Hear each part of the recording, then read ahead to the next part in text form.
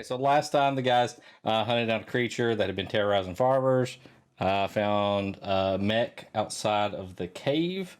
I think Clan's character Mordecai tried to get in the mech and operate it. Was successful. And was slightly successful, yes. And then they went in the cave and killed the creature. It looks like all of the soldiers that was with the mech have been killed, possibly. And that's where we're at. So, guess we go back over to the map.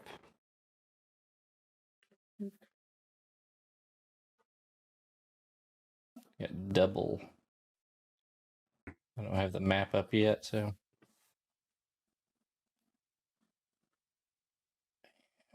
I can see the map. You can see the map. I'm not even logged into Roll20. And you can see the map, and you can see the And map, you, and you can see the you. map. If you haven't been to the channel in a little while, I do have some new channel points. You click down there, you can make all kinds of crazy stuff happen. Let's see.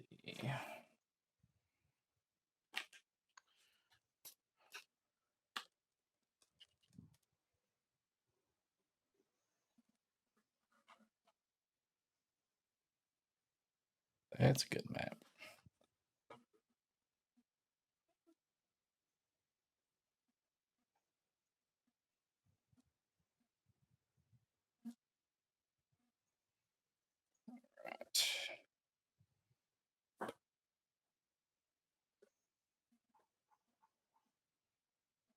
Here you guys are.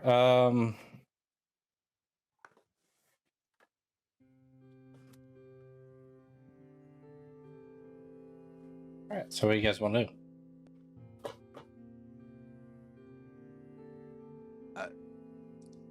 I guess we need to check the bodies and see if there's any identification or insignia or anything that we can take back to the major along with the mech to Nice. let her know that the soldiers died.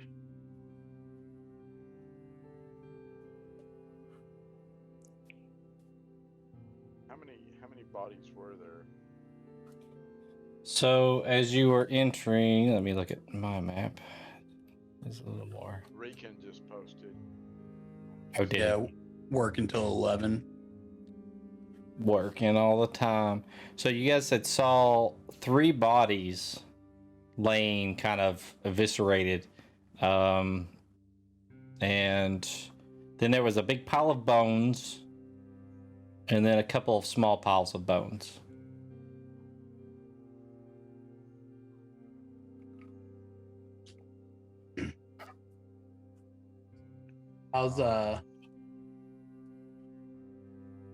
How's everybody in the party looking? Actually, the fight went very well, so I don't think anybody really got hit that much, so I think everybody's kind of okay. Yeah, Kai's fine. I would like to move to right here and check this body. All right, so just roll an investigation. And whoever's checking the bodies, you guys can just roll investigation checks. I got a 16. 16, okay. We'll see what everybody else rolls. Check one down here. That one. The third one's at the entrance when we came in, I do believe. That's a good roll. Yeah, there's another one kind of towards the entrance. 21. 21's a good roll, yeah. Blackjack. Nice. 19. 19. What'd you get, Clan? I fell on the dropped my floor. dice on the floor. I got a nat 20. It fell on the floor, and I got a nat 20. I don't know if that counts. Yeah. Oh, it does. Usually needs to be on the playing field here. How many times did you nudge it with your toe before it turned over to a nat 20? 7. You got a 7? I will Oh, roll you again. nudged- Okay. I will roll again but I'm If you get a nat noting my 20 this time, it complaint. was meant to be. Got a dirty 20 this time. Dirty 20, not bad. All right, so as you're looking through the soldiers, there are.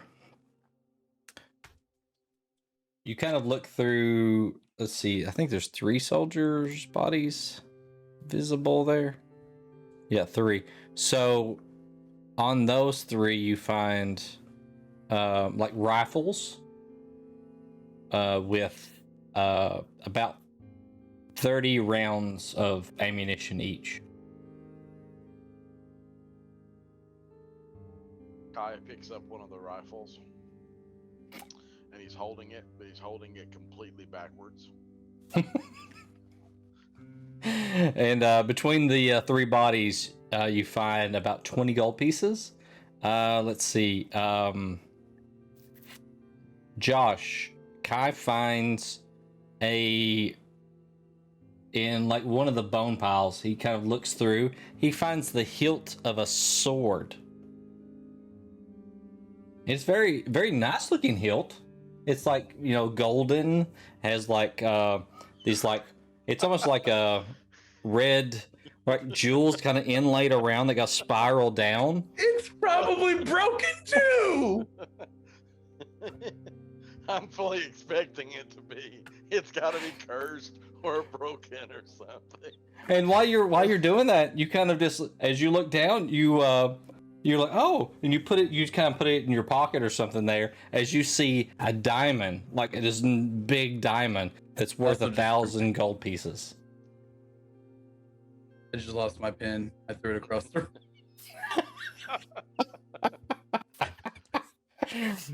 Alright, so Kai is still carrying the rifle backwards, like leaned up against his shoulder with the barrel like in the palm of his hand, and like no idea what he's doing.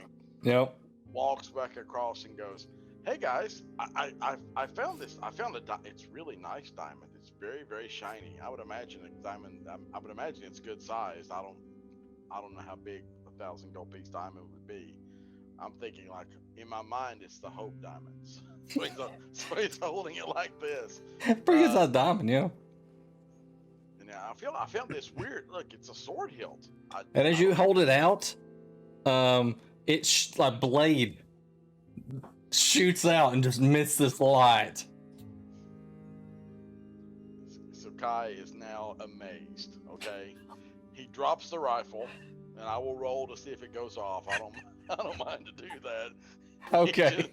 He just completely is enamored. Please don't roll a natural one. It goes off and just peppers you in the face. Just roll a d20 there. I rolled a 14. So 14, okay. It just hits the ground. And Kai he just stops mid-sentence, and he is just. And then I lay the sword down very gently on the ground and let go of it. Okay, and then the blade goes back into it. The cave lit up, and then all of a sudden it goes back dark again.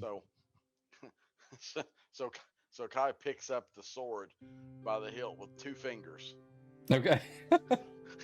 And who are fighters in our group? I don't think we have one. So I don't know if you have I'm a one. paladin, but other than that, Yeah, we have a paladin and a cleric that both use like melee weapons, but I don't think we have anybody else. I walk over to Meridius. It is considered a longsword, if you didn't know. Yeah, so I walk over to Meridius and I say, "Here," and I hold it out by the bottom of the hilt, 2 fingers. Put your hand around this. Don't point it at me. Put your hand around this sword. but before he came up to me, did I see the light flash?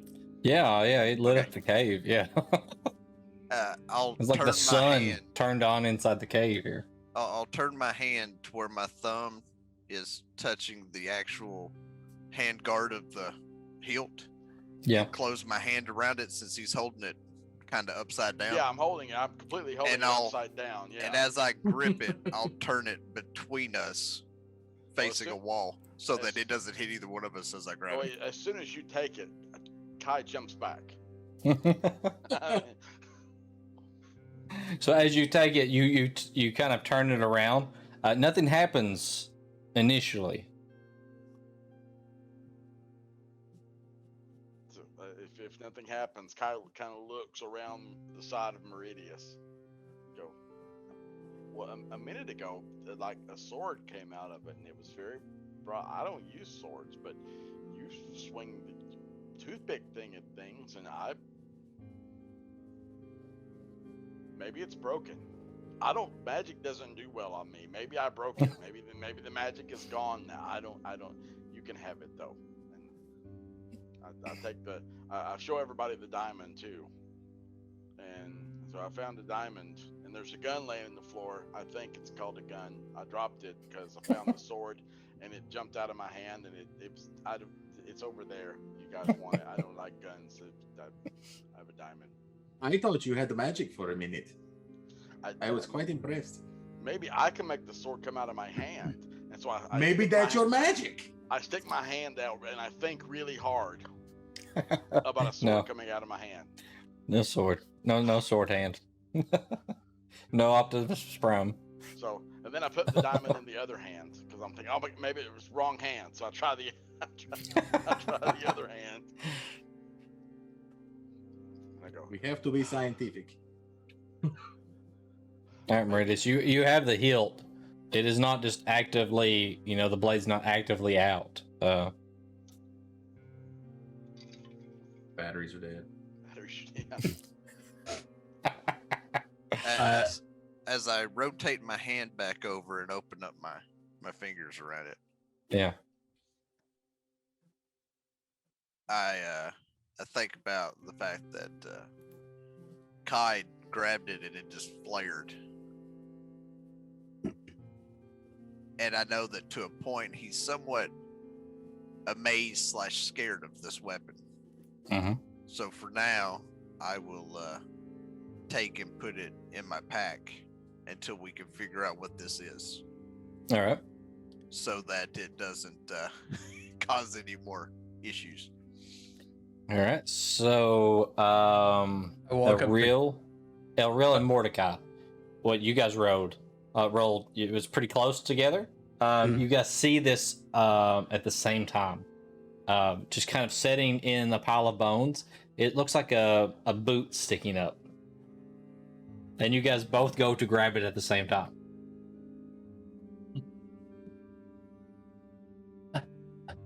You can grab it. Okay, I do think I am maybe stronger than you. I don't know. Let me try. You are no, you are not. So you pull the boots out. There's two of them there. And you just kind of look at them. They're green. They have like these weird like wavy lines down like the bottom where the foot would be. Going up, it has like a V pattern kind of coming up, and a lighter green going halfway up like your calf, and just like a buckle at the top. Did Diz just drop my two favorite magic items into the same game at the same time? It could happen. I would like to cast Detect Magic on the boots. Okay. So is that instantaneous or is that ritual? That is instantaneous. All right. So you sit down, you kind of wave your hands over it, and an understanding of what they are comes to you. They are boots of speed. Not the ones I thought they were, but very similar to the ones I thought they were. Out of character, when Diz said that, Josh physically went, huh? He had the same reaction I did with the sword hilt. It's like, now wait a minute. This got very interesting very quickly. The monk can now win the game for everyone.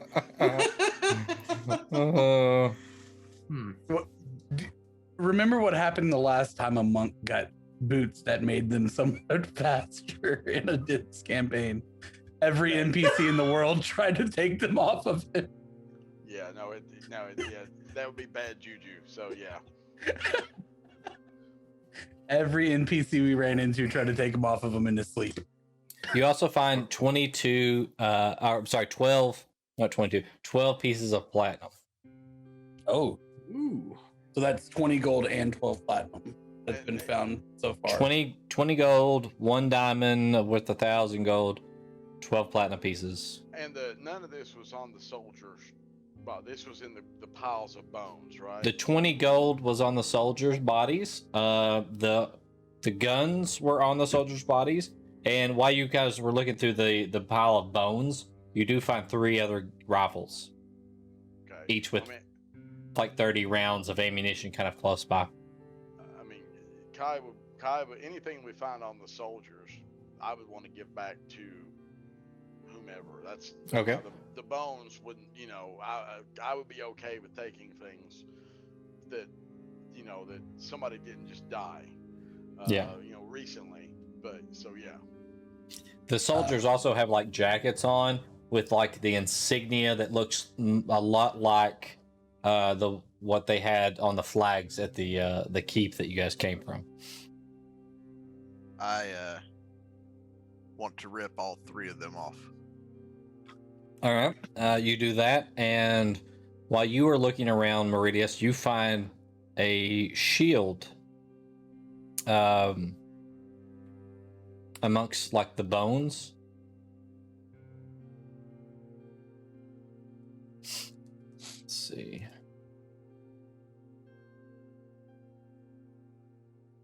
It is like a silver shield with like, it looks like almost like an eye etched on the front of it, and it has like a light blue like line that runs around the outside, and then a darker blue line that runs around the very rim of the shield.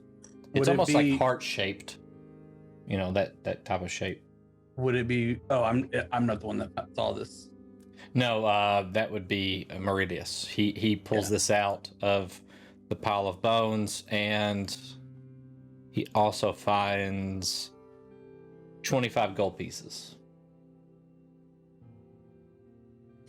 While all that's happening, I walk up to Kai. I put my shield and my longsword back in their places on my back, and I tell him, "You might hold on to that diamond. He's a little bit bigger than what I think I would need, but it might come in handy if one of us were to, one of y'all were to die. I might could use it one day to resurrect you." Say resurrect, Kai's eyes get really big. So he opens the bag and he puts it very carefully in the bag. Of course, still not fully understanding that things just go into the bag, just wherever. That still eludes him. So he puts the diamond very carefully in the bag. Does anybody want these boots? I like walking fast. They are magically delicious. I think they're my size too. Possibly. Here you go. If they're not, they will be soon. DM, in the pile of bones, are any insignias of any soldiers in them? Roll another investigation check. See if you can find any. That would be a 21. 21? Yeah, you do. If you take probably about another 15 minutes to go through, and you do find kind of shredded, you do find 2 more pieces of jackets that have those insignias on them. There's other scraps of like clothing about, but nothing. It's too shredded to make out what it was before. So out of the 6 guards and 1 for the driver, we found 5 of their insignias. Yep. Okay.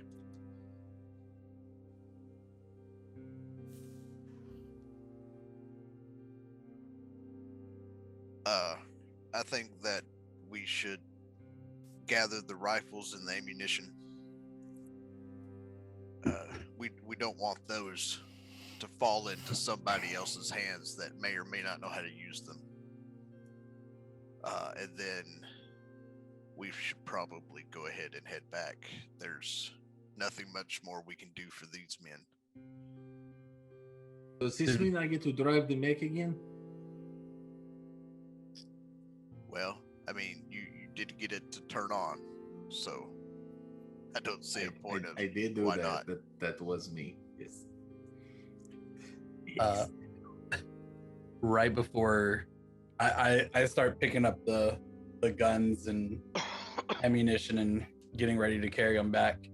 But right before Mordecai. I had to remember your name. Right before Mordecai gets back into There's a lot of M's. right before Mordecai gets back into the mech, I reach up and just kind of pat him on the back and cast guidance. Okay. Like What the does second guidance do? the second before he gets into the mech. Yeah. It lasts. It's a concentration, lasts for 1 minute. Touch a willing creature, and once before the spell ends, the target can roll a d4 and add the number rolled to an ability check of its choice. Nice. So I figured you might, driving a mech, have to make some sort of ability checks that.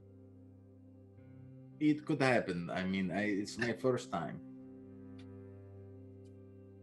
Yeah, as you guys emerge from the cave, it is still daylight. You kind of have to squint a little bit as the cave was pitch black. Mordecai, I guess you go ahead and start to climb up on the mech. It'll cast guidance on you. You get inside the mech.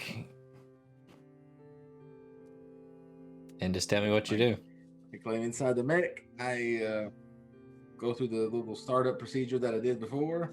Okay, type in the password. Yep. And then I grab the two handles and the pedals, and I try walking. Okay. So just we'll roll one more intelligence check. I'll give you advantage on it since you've already done this once before. Yeah. Just getting the hang of it.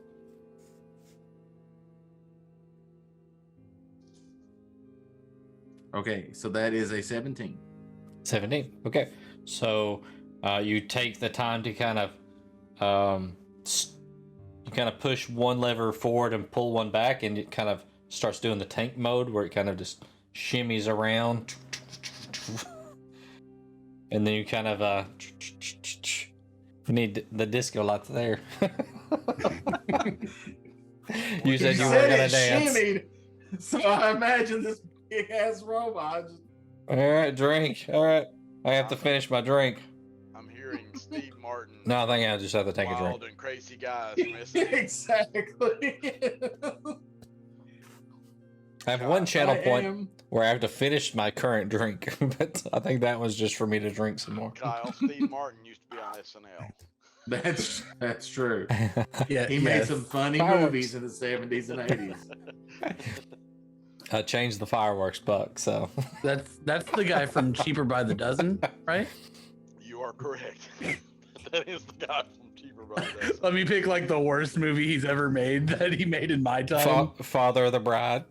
Father of the. That's right. Don't you say nothing bad about Father of the Bride. I didn't say anything bad.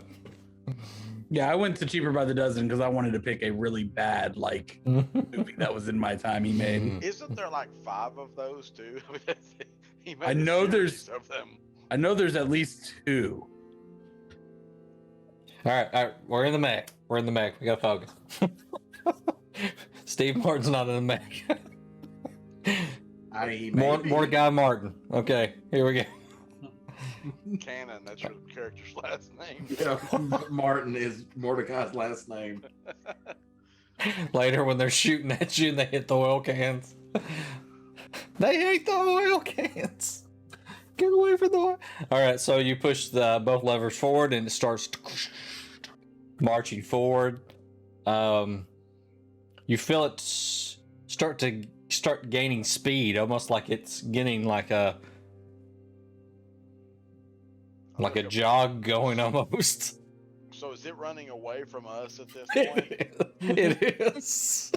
So I look over at Meridius and go, is it supposed to be doing that?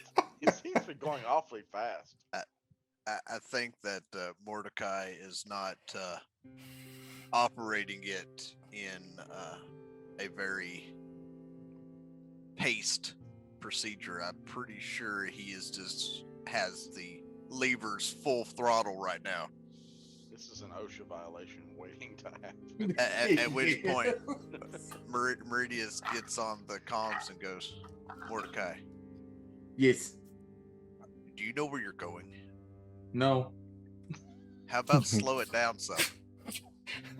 I'm trying to tell it to slow down, but it will not listen. Let off of everything. Hold on. Hold on. I'm going to try pulling back on the levers. That's why they're not all the way forward. See if that does anything.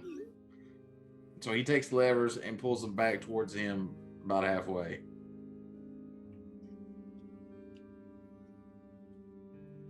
All right. All right. So you do this right as a tree is like coming right at you. You stop. You hit the tree, and the tree goes. I get on the comms. Do you think anybody noticed that? I'm pretty sure they heard it. Everyone? It was a little tree. Mordecai, I'd recommend letting us get to the wagon and the horses before you, so that maybe you don't spook them. All right, so coming out of the cave, Stanasi, I can't remember if she was there to begin with. She was, because She was, right? yeah. She kind of trips and falls forward, and as she does, Wynora grabs her, and Keltash, they both kind of grab her, and as she does, she kind of, you see her just kind of start to like almost like static shake, and then all three of them just blink out of existence. Oh, that's not good. She just took 2 travelers with her that time. Hopefully she comes back with at least one of them. It scares me when she does that. I don't like that. What happened? I'm in the smack and I don't know how to turn around. We just lost 3 party members. They went with Stanasi wherever she goes when she disappears. Yeah, they're probably dead. I mean, she's never dead. But she's magic. Yeah, but I mean, Keltash has some sort of magic. I mean, he can talk to Murlocs telepathically. And then Wynora's strong enough to be able to take most things that she's having to deal with, so maybe they'll be all right. I don't know these people. Is Mhm. there anywhere on the mech that they could possibly ride on the body of the mech with me? I mean, maybe on the arms. God. I mean, one could hang on the back, maybe. Okay, never mind. I mean, they can sit on top of the cockpit. I mean, Don't we have a We have wagon? horses and a wagon. Yeah. We're about an hour and a half to 2 hours from the I was wagon. trying to get us to the wagon faster. Oh, Kai can get to the wagon fast once he figures out how to use these boots. Oh yeah. so you guys march back to the wagon then. Yeah. All right. So as you march back, Mordecai goes from running past you and stopping, and then letting you guys catch up, and then running past you and stuff. Eventually, he kind of gets the hang of getting it to kind of keep pace with you guys a little bit.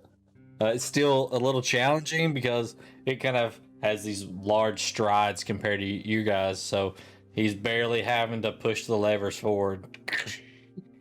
Mordecai, Yes. when you get to the where you can see the town and the clearing close to where we left the wagon, just stop the Yes. mech so that we can get to the wagon and be with the horses before you come up.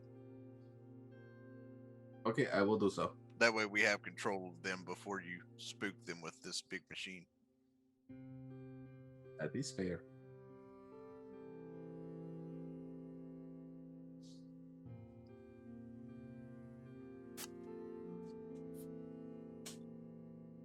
All right, so it takes you guys about an hour and a half roughly to it's pretty easy to find your way back, as you've kind of found the smashed route that the mech came to begin with, and you kind of follow that most of the way back.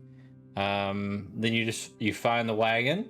Mordecai kind of stops the mech and lets you guys go on ahead a little bit and get to the horses before he frightens them to death. And then you call him on up, and you guys march through the town. It's getting later in the day at this point, but there are a lot of people that come out and watch the mech as it is walking by. Mordecai makes it wave. Like he's in a parade. Oh, Kinda so like the turns the body a little bit. Yeah. You see a bunch of kids waving. He's like, hello, citizens. Do not be afraid. It is just a tiefling in a machine. Yeah, the optics of this are Yeah. It's nothing to see here. Go back home. there's no way you can walk into town nonchalant with a tiefling in a mech. All right, so let's roll a perception check as you're turning the mech to wave. Okay. Who's all of us or him? No, just him. Okay. 18. 18. All right. So as you do this, you kind of look over and you see that there's a house that you're about to run right through, and you save it just in time. So and back it up a little bit. Sorry about that. That would have been fun. Just walk right through it. I figured that roll was either he was going to plow through a house or take a roof off with his wave. So if I I mean, if you guys remember remember- correctly, this I think this is about like a 2.5 day journey out here. Is that correct? Is that what you guys remember?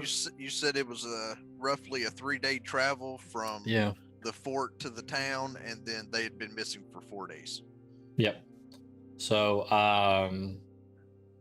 if you guys want to kind of fast travel on forward, or if there's anything you want to do in between. The only thing that I kind of want to do is to get with Mordecai long enough to have him try to check the other 2 items that I'm holding. Okay. So one evening, probably the first evening there, as you come to the campsite, do you cast Detect Magic on it? Yes. Okay. So he casts Detect Magic, and you find that the shield that you have is called the Sentinel Shield. And the hilt of the sword is known as Sunblade. And these were random rolls for do this. you for do this you loot, so. use a shield or sword, Buck? Yes, I used a shield. Okay.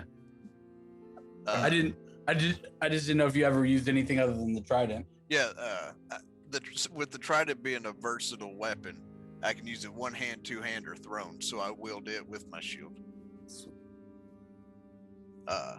After he does Detect Magic on them, I'll look at the blade in my hand, or the handle in my hand. Is Elril awake?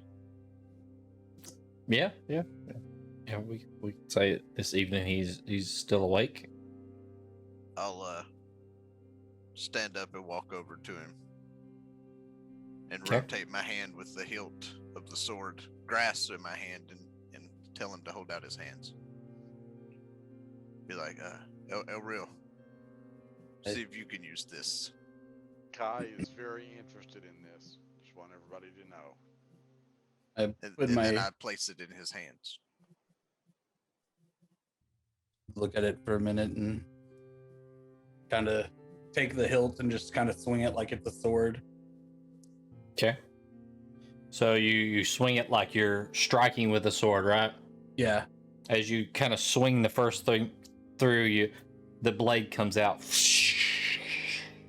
and stays out as you swipe back the other way. This is a very, very nice sword, Meridius. Well, Kai found it and brought it to me, and I don't need it. As I reach back over my shoulder and kind of tap my trident, I have everything I need weapon-wise right here. Very well. I can make use of this. Let's just swing it a couple more times. Okay. Get the feel for it. All right. And then as you are ready to put it back up, it goes back into the hilt. You kind of get the hang of it, thinking as long as you think the blade is out, it's out. And as long as you think it's in, that it goes back in. Meridius, I have a question. What is it? How do I sheath this?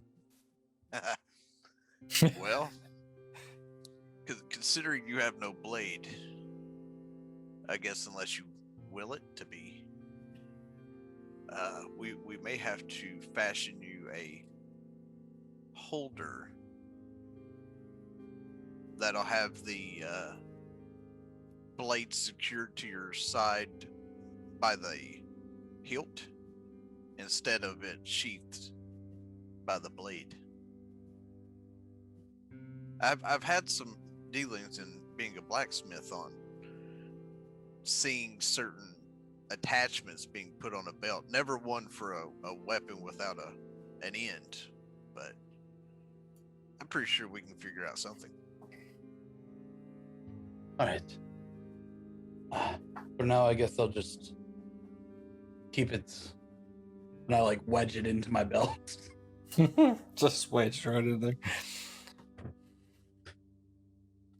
All right, so the next 2 days of travel goes by uneventful, and on the third day there, you see the small military city coming into view.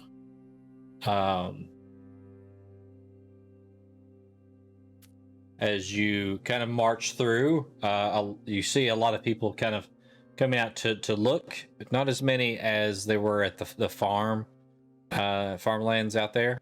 But there are still some people that are interested as you're waving as you're going through. So do you guys go straight back to the major, or what do you guys do? I'd like to find the nearest guard. Okay, so there's some residences, businesses right outside the gate. Just past that, as you get to the gate, there are a couple of guards there. I'll stop the wagon and get off and approach one of the guards. Okay. Again, Mordecai, roll a perception check as you are doing your parade waves.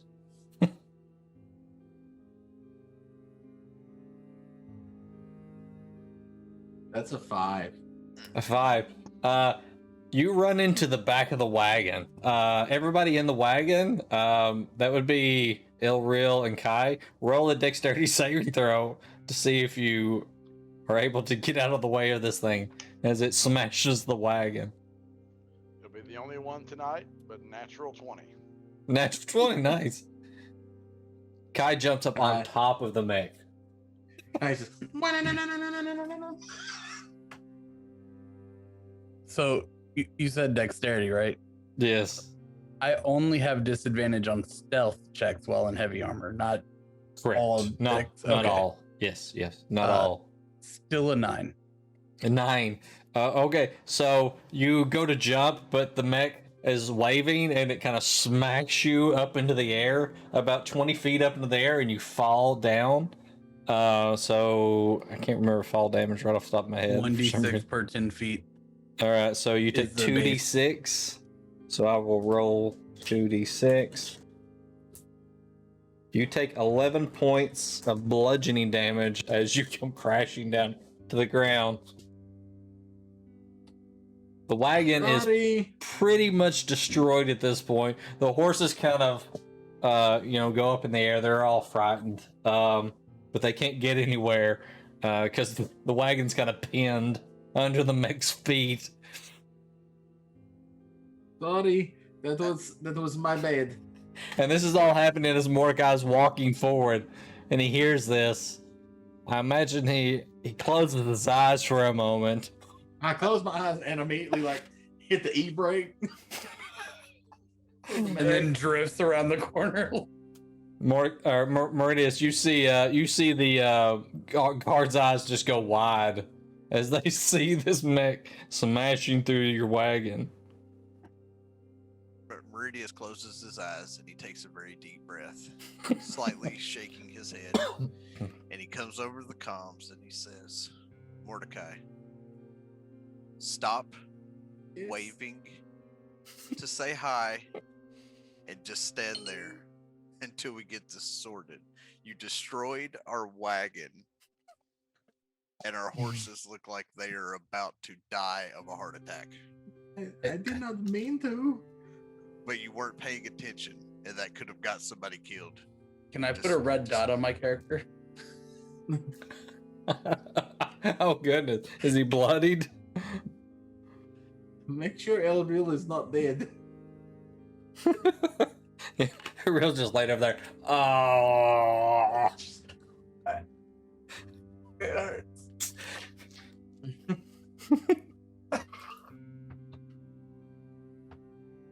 I'm sure it's just a bad scrape. How far is El Real from me? I get up and I pat myself on the chest and go, "No, it's okay. Those ribs were much better in the place they are now." And I cast Cure Wounds as I'm patting myself on the chest and getting the stuff off of me. he's about 25 feet away from you. Without going on comms, I'll say, El Real, are you okay? I am now. The ribs are healing nice. And then I'll turn and look up at the mech and see Kai standing on top of it and be like, Yeah, Kai's like standing 1 foot, like balanced on top of it. well, it seems like you got out of the way nicely. It's that extra speed. I like these boots. I guess you figured them out then.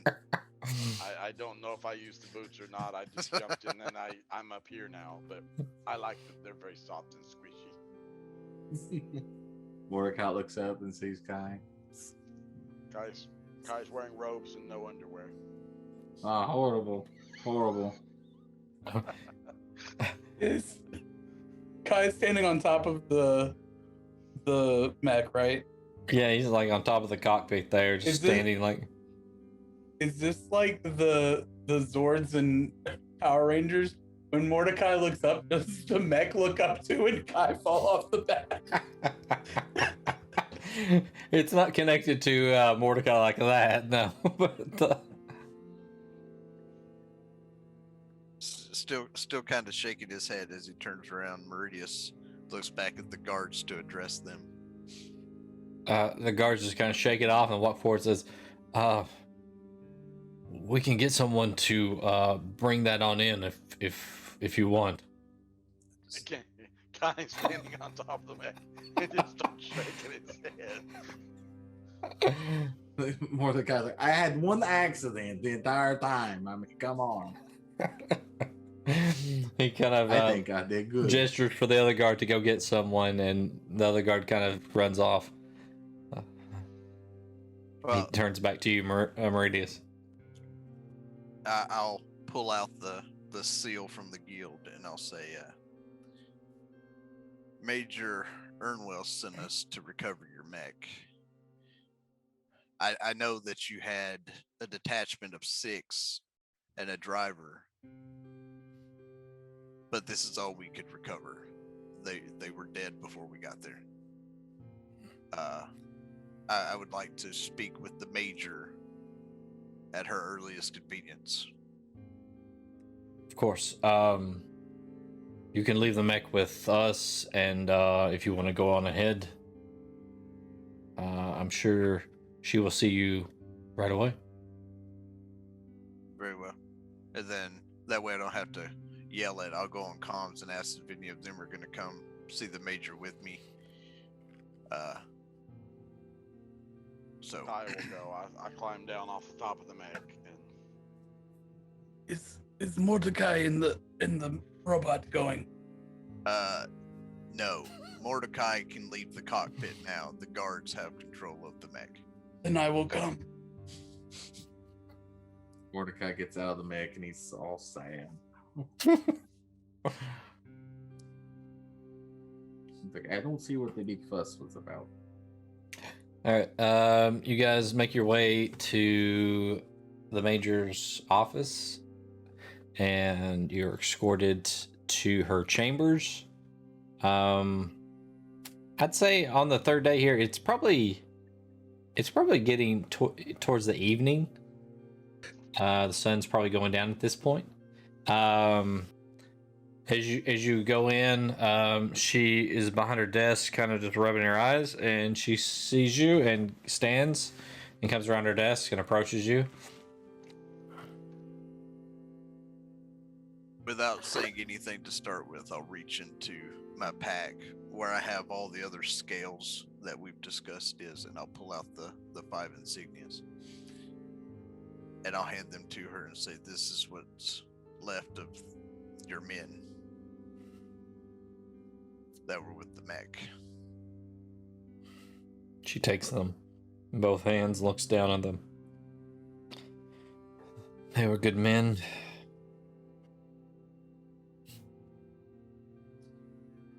We also acquired their rifles and ammunition, if you want them. Yes, I mean, we could use all of the ammunition that we can get against the battle to come. She turns around and goes and puts the insignias on her desk and grabs this. She kind of shuffles through some papers and finds something and grabs a pen and signs and then walks back over and reaches the parchment to you, Meridius. I reach out and take it. As you kind of just glance down at it, it is like an order to provide you guys with the reward of 5,000 gold pieces. After I glance over it and see that it's in order, I'll just kind of fold it and put it in my pack. She says, "Thank you. I do not mean to be callous about the soldiers, but we have lost many. The mech may save more lives. So even though we've lost 7, the mech could save 100 more. So I thank you for doing this and returning it." Well, there's something that transpired that you need to be aware of. The mech was found by a cave. Your soldiers were inside, dead. There was no signs that the mech was forcefully put by this cave. There was no signs of a struggle or combat or anything around the mech. When we went in the cave, we stumbled upon a creature that could make copies of itself. And its voice alone could strike fear into the hearts of the ones that heard it. I don't know if that particular creature was what controlled them to show up to that cave, or if they were at that cave to take shelter. But for whatever reason, that mech was set outside alone, unguarded, when we found it. Well, if none survived, I guess it will remain a mystery.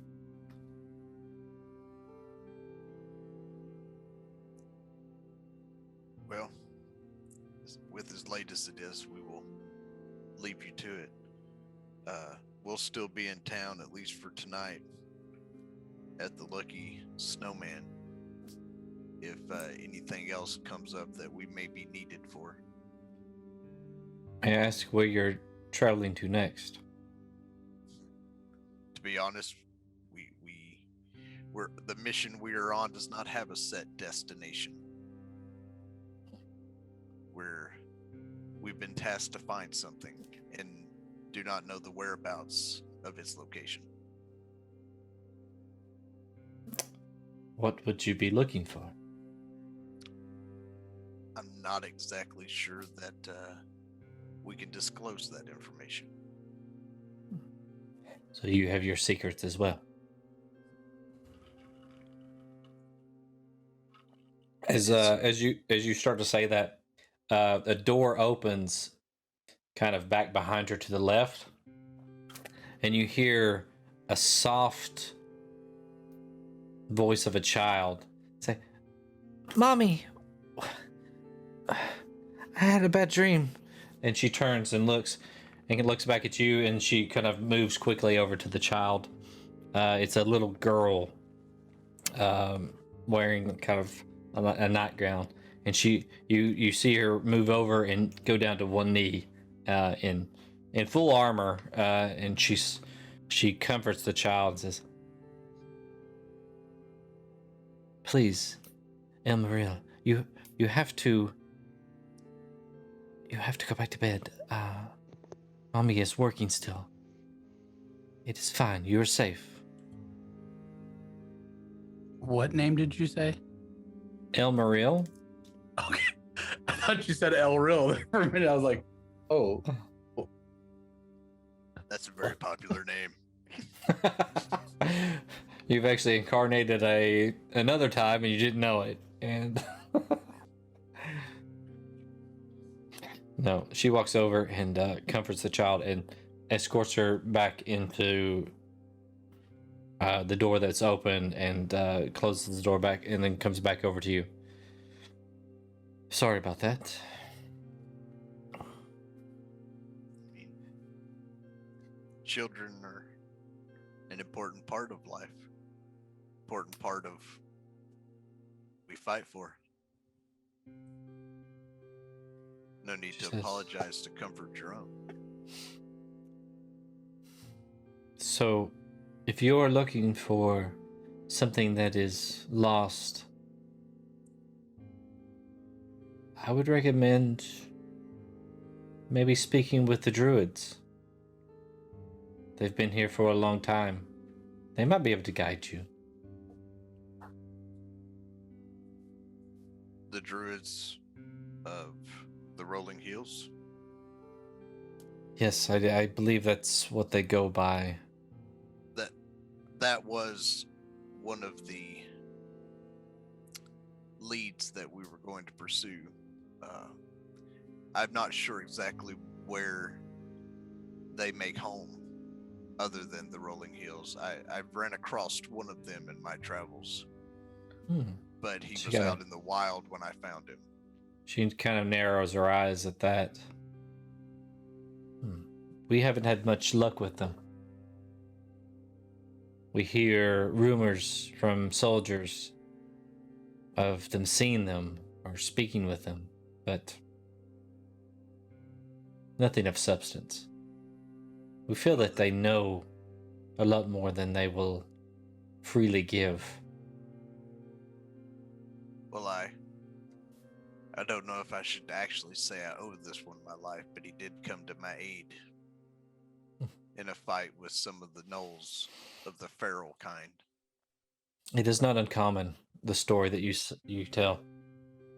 Other soldiers have been in peril and have spoke of these druids that came to their aid.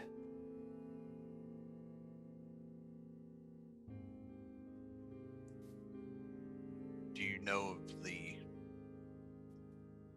main area that these soldiers have potentially seen the druids? I do not. They seem to be in the plains.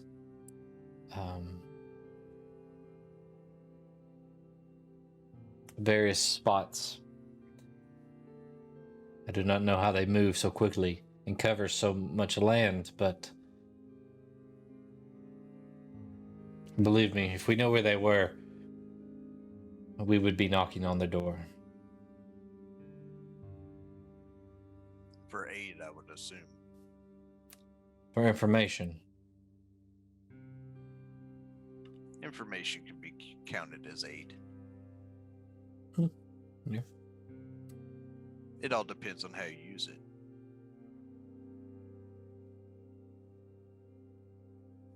At which point, you know, part of my insignia of my military rank will partially show as I make the comment. As I shift a little. Well, I will not keep you. I will not keep you. She extends a hand. If you do come across these druids, and they do provide you with aid, don't forget about us. We could use their aid as well. Meridius will extend his hand, and I'll say, I will pass the word along, but from all I know of druids, I'm not too sure that they'd be willing to aid you with these big mechs at your disposal. Something about unnatural. If we do aid you, can I drive one of the mechs again? She looks around at you. No. At that point, even Meridius turns his head and No. eyes Mordecai a little bit. I'd like to think that Kai is standing behind Mordecai and he's just shaking his head violently no at this point. And if Mordecai turns to look, Kai just stops and smiles. I just had the one accident. I mean, how many accidents is common for first-time drivers of mechs? Usually they go through a training course before they even enter the mech. See? I don't know why everybody is so fussy. I think I did well. For no instructions. You injured somebody though, Mordecai. That is the problem. You beat the crap out of me. Yeah, that hurt. I had no instructions and you have no room to complain. You died once. Did you die? This again. No, you did not. Die once either, though. So enough of this. I'm done. The commander said that I was a great mech pilot, and that's all we need to know. I don't think she said that. She said that.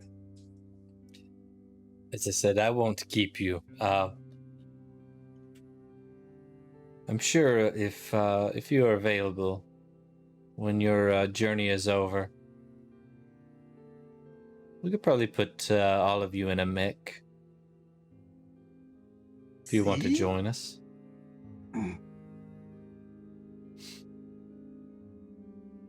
That would be amazing.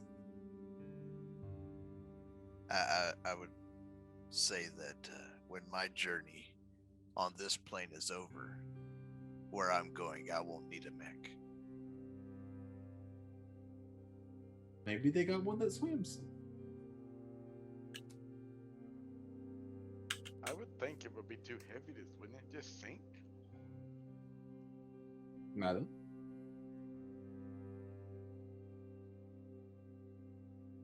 But we will leave you to it. Like I said, before we leave tomorrow, if you need us, we'll be at the Lucky Snowman.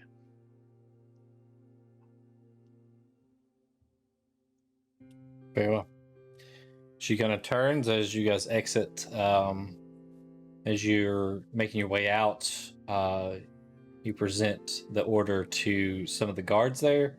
They give you your gold, and you guys make your way back to the inn for the evening. We're going to take a real quick break so I can go grab some food real quick and be right back. I think Rob Bob cashed in on some Streamloots packs, so just making sure nobody else sent him that. I was getting ready to send him one, but I didn't because I don't know what his Streamloots name is. okay. I think he typed it in there. Yeah, there it is. Yep. I can say that while you're on break. This I ain't going anywhere. Okay. Just do the Super Retro Game Show Extreme one, because the other one I don't think has the good stuff in it. So yeah, we don't have that set up yet. all right, so we'll be right back in just a couple minutes here.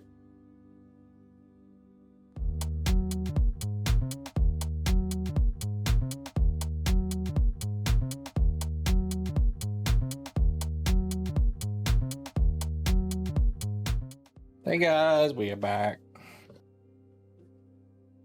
with some food. Some of us have food, not Some of everybody. us, no. I need the food. Is All it right, pizza? so it is cheese sticks. Close enough. Yep. I win. All right, so you guys go back to the inn, and anything you want to do for that evening, or just progress on? Unless cheese sticks are from Applebee's. Are they really cheese sticks? I'm just gonna sit down and distribute out the gold and count it out, and then call everybody over to give them their share. Okay. So after I'm done counting, Kai, here's your gold for this job, and I'll push his pile towards the side he's on. And I'll look at Mordecai and tell him this is his share. This And is then- all mine, right? Yes, So once this- again, this is all just This for is me. all yours. You can do with what you want. Kai leans over to Mordecai and says, "You should give some to the nice girl at the church that's saved us several times." I'm Didn't gonna you give already some pay of her mine. off? It's not paying her off. You should give some of what you make to the church.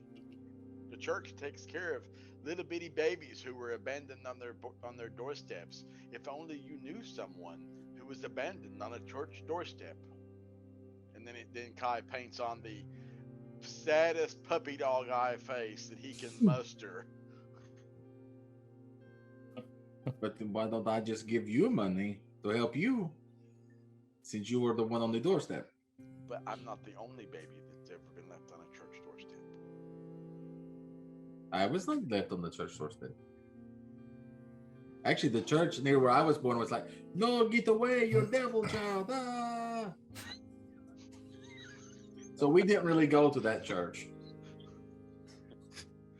While they're saying this, Meridius kind of hangs his head a little bit, and kind of under his breath, but enough that they can hear him, says, "I know what it's like to be orphaned at 1 year old." See, now you're bringing him down. If makes you all feel better, I do not remember what childhood was. You're like a week old. Kai shakes his head and points. Your childhood is now. Kai finds Mordecai's logic extremely agreeable right now, and has just made up his mind that he shall now explain everything to El Real. As if Because El he Real is a child. was a child. Oh, you can see the gears turning in Kai's head right now. Life lessons from Uncle Kai. That's right. And then Meridius will push the share to El Real. This part's yours. Thank you. Who's gonna keep the? Where did the other people, the disappeared people? Are you gonna keep theirs? Yes, and I pull out an empty pack, a little empty bag, and I push all of it into it.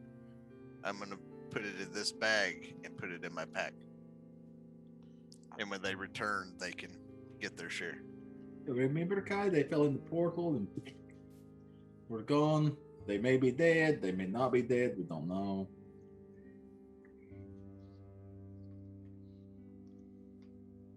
Typical day.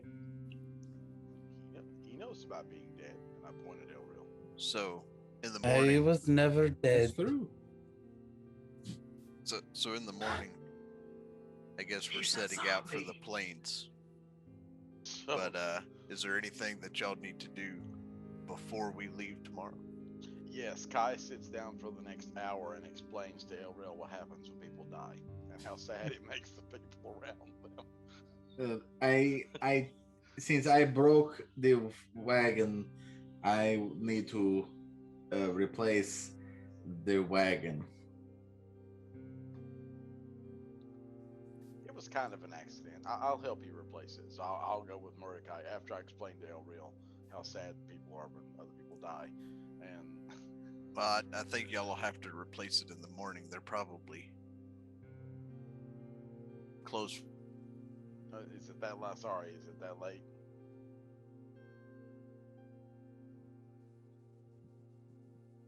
I think we lost the DM. Yeah, it is. It's not really that late. For the It is. I think the sun was going Might be down when you open, went but I don't to. know. The sun was going down when you went to the major's office. So I mean, it's Yeah. it's dark, but it's Yeah, not We're late. in a, Late. Yeah, we're in a fairly small town too, so I would imagine there's probably not a lot of.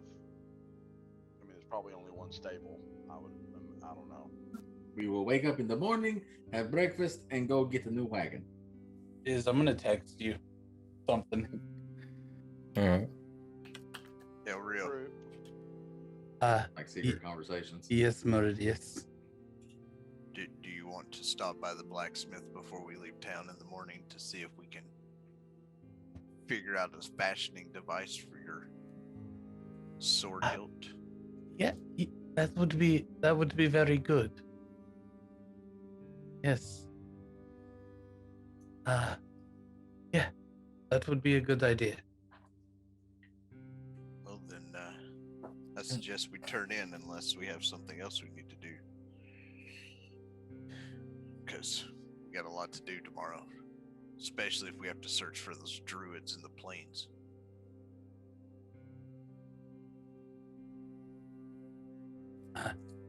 Yeah, it would be very smart.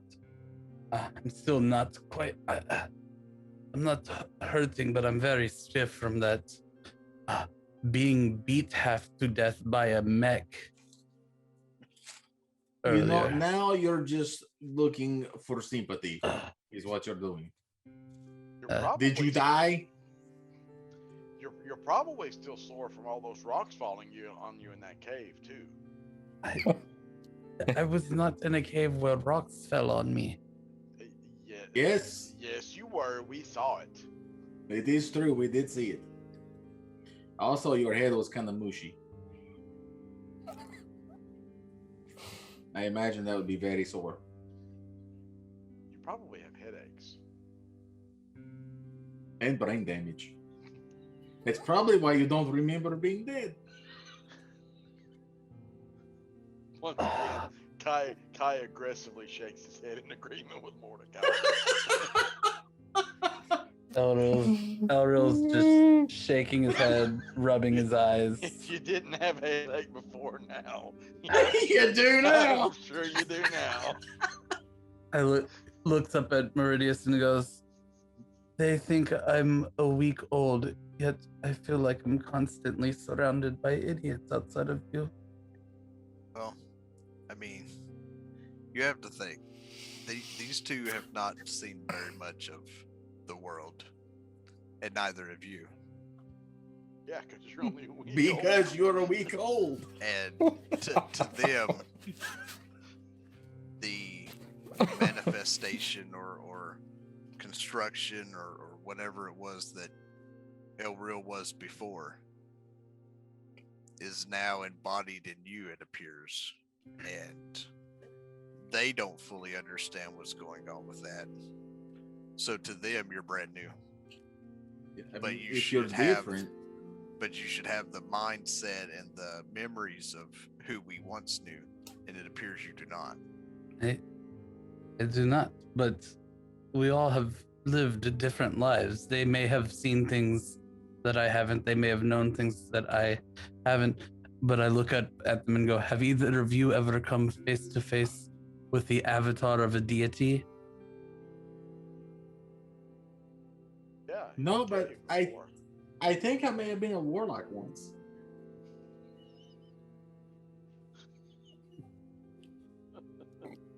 So, did you die then? Is I this the don't know. theme? I Does have- everybody die I have in these this weird group and come dreams. back? I have these weird dreams. But you know what? Anyway, that's not the point. Anyway, if you're coming back and you're not El Real, but you use El Real's name, maybe the next time you die and come back, you should change your name. Or maybe be like El Real Jr. I So- did not pick this name. I was given this name. Did you get to pick your own name, Mordecai? So Kai rolled an 18 on a religion check. So Okay. With an 18, would he have heard of Agminos? Ekminos. Wait, Yeah. can I roll this as a Let me think for a second. as a Let me think. celestial? I mean, think of it. Kai grew up in a temple. I literally serve gods. Can I roll a religion check for this? You can roll as well. Listen, out of character, chat. Agminos is not a god, What is that? but he 20? does have a church. It's a long story. We'll get into it one day. Fucking I don't know what the always DC would waste- be. I I'm gonna roll for it. always waste my natural 20s on the dumb shit that we come up with to roll on. Hey, if this doesn't Yeah. work, I'm gonna use my inspiration die on myself to be able to roll again. Can I give myself guidance? So, Josh, Kai has heard rumor of a church that has continued to grow in numbers in Faerun, but you've only heard rumor of it. Because you've only been to Faerun one time, One right? time, yeah. Yeah. So, So for the next little while, Kai just sits and stares at Mordecai. El Real, you, of course, you just know of Ekminos. I mean, it's just common knowledge for you. Everybody knows about Ekminos. That's true. In West Faerun, he was born and raised.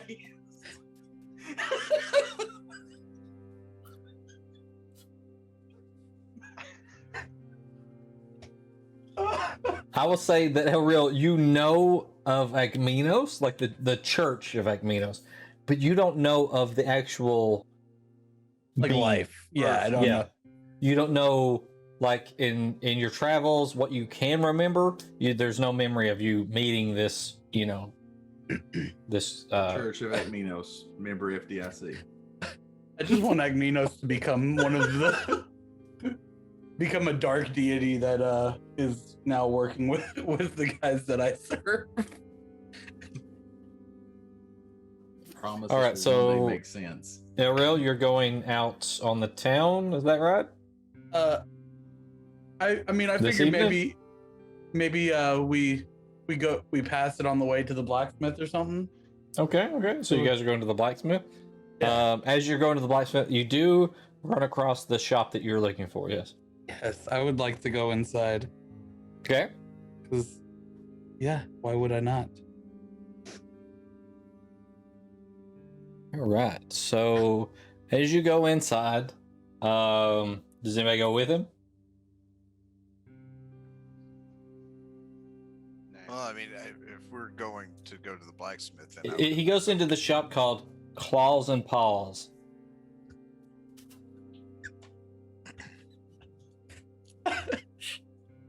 It doesn't sound like a blacksmith shop, I'll be honest with you. Just throwing that out there right now. Does anybody go in with him, or you guys wait outside? yeah, I mean, if I'm going to go with them to the blacksmith, then I'll go with them wherever we're going. Wait, I mean, is this okay? Sorry, is this the next morning or is No. This is still that Okay. evening, right? I think, right? No, I think we were doing the next morning because you Next said morning? it was Okay. late. Stores Sure, would already been yep. closed. okay? Then Yep. yeah, Next then morning, then. Yep. Then I think we're all there. Yeah. Yep. You got. So all of you going in, or just Oh yeah. okay? All right. So as Oh, you walk yeah. in, this is very obviously a pet store. As the smell of a pet store, I don't have to describe it, hits you in the face as soon as you walk in the door. Mordecai casts prestidigitation so that he doesn't smell the smoke. Do they have? Is it like aquariums? Because that the There are some fish, yeah. Toril walks in and goes,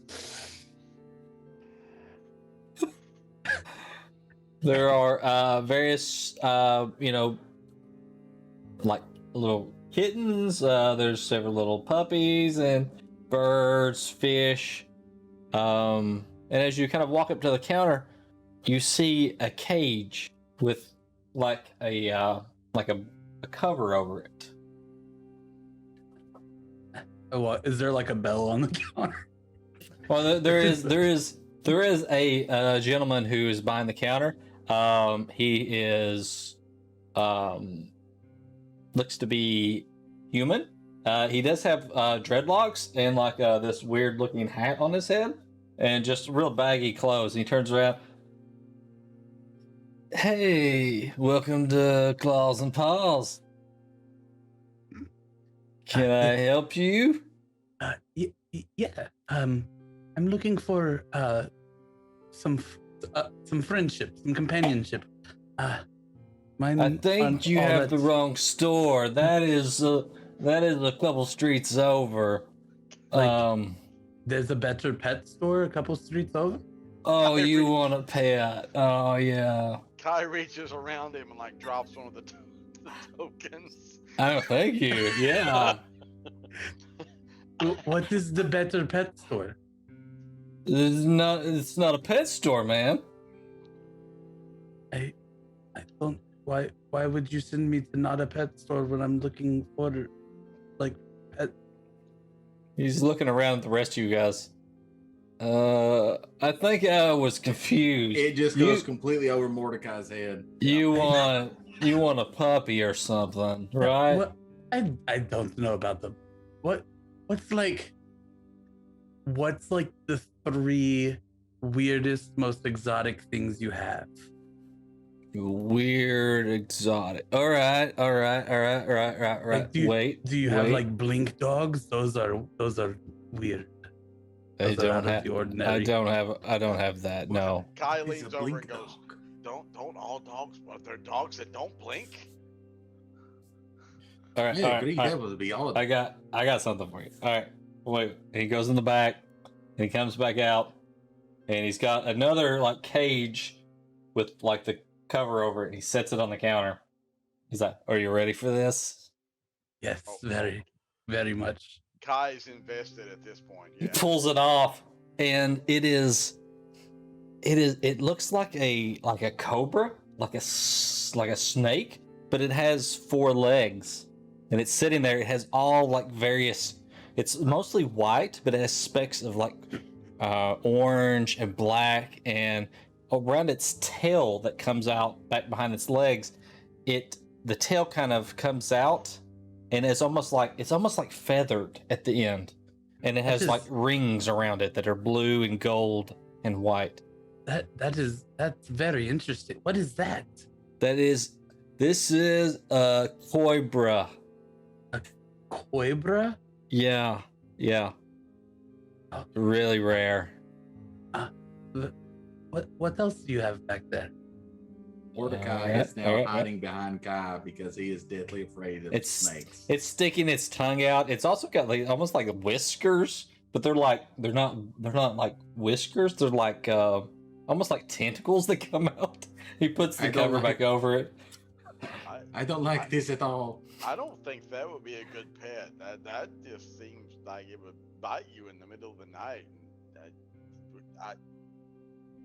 Can I shoot it with a firebolt? Wait. And he goes in the back and he comes back out. The kittens and go, why can't you just get a kitten? Kittens are nice. But you should kill it with your trident. He starts to set it up right next to the cage. He's like, oh yeah, better not do that, and sets it on the other end of the counter.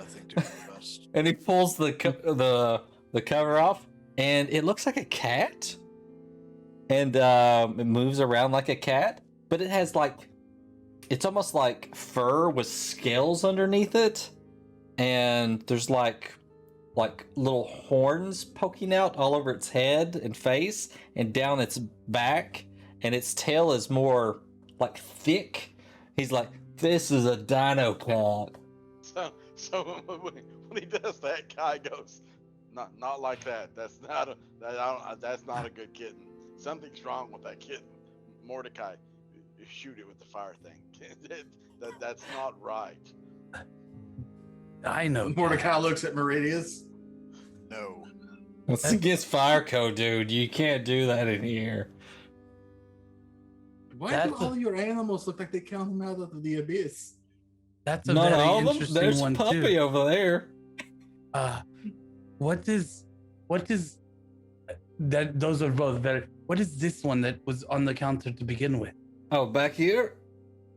Oh, hang on. He puts the cover back over the dino cat, and he sets it right in the middle of the counter. Are you ready for this one? This is the coolest one. Are you ready? Yes, I am. All right. And he pulls it off, and it looks like almost like a bird, except it has 4 paws that sit down, and its head looks. It has a beak, and it has brown I guess it kind of looks like a mixture of feathers and fur, mostly fur on its body, and these wings that stick off its back. And it's really small, and it has these 2 little ears that stick up, almost like little cat ears. What this is that? Is a micro griffin. A micro griffin. Not a character. wow. I'm gonna ask you to fly me to Stormwind.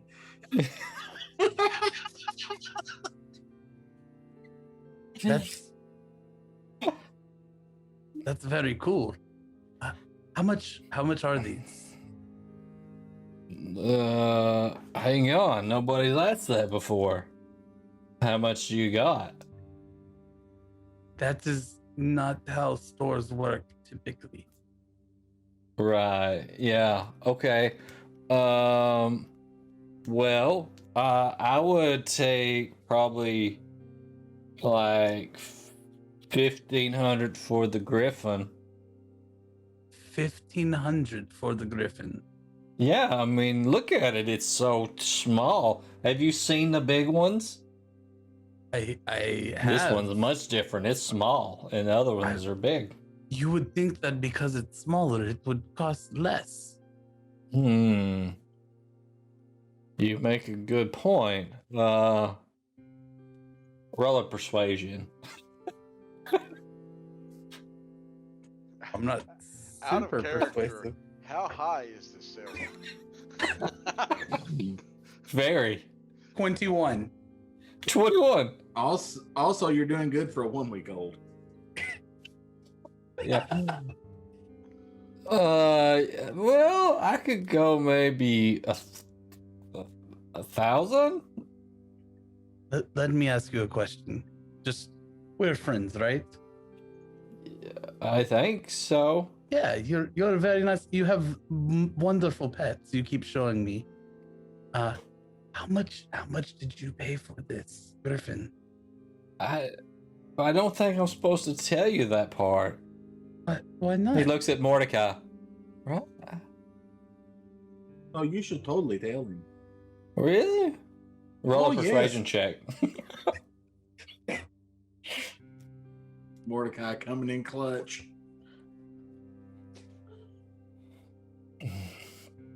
Okay, that is a 24. 24. I mean, I paid 500 gold for it. 500 gold. And you have to make money, of course. I wouldn't want to cheat you out of any Right. money. Yeah. No. I look over at the others. Do y'all like either of the other two? Kai gives the whole body heebie-jeebie. The kitten, it's Mordecai's just a finger kitten actually still. starts glowing like he's getting ready to cast fireball. What about you, Meridius? Do you like either of the other two? Well, wherever I end up, I don't think they'd survive. Well, they can be great companions for now, then you can release them before you end up wherever you end up, and they can go about their lives. But I do know that the other two want to kill the first two that he showed us. The other two want to kill the first two? But Oh, to yeah. be fair, Meridius, I'm iffy on the second one. The first one, though, must die in fire. Right, but you want the first one dead. Oh, Kai The wants first the one second is a dead. little grumpy. Yeah, it's a grumpy Yes. face. Yeah. I will also accept you killing it with your trident. What if? Says that Kai shakes his head. That needs to be fire. Needs to be fire. What if I give you 700 gold? That's 200 more than what you paid for the griffin. Mordecai looks at the shopkeeper. That's true. You'll be making 200 gold. That's And- not bad. And I'll take the dino cat off your hands so that you don't have to worry about the cat and the other one. They didn't get along. I noticed you cover them up before you bring the other. That way they don't. They would fight. Yeah, I'll take the yeah. dino cat as well. You the want 700. You want to pay 700 for the griffin and the cat? Well, yes, I'm paying you more for the griffin, and I'm doing you a favor for the cat. I paid 500 for the griffin. I paid 700 for the cat. You paid 700 for the dino cat? Is that I too think much? I think you I got think ripped you off got on the ripped cat. off. I'd never seen one before. Yeah, me either. I thought I was seeing things at first, but then it was here the next day. Does that happen a lot? Yeah. You seeing things Mm-hmm. and then them not being here the next day? Yeah. Yeah, I kind of suspected that. Hmm. I had a cousin that was like you. How about we give you 800 for both of them and call it good? Yeah. That's less. That's less than I paid for him.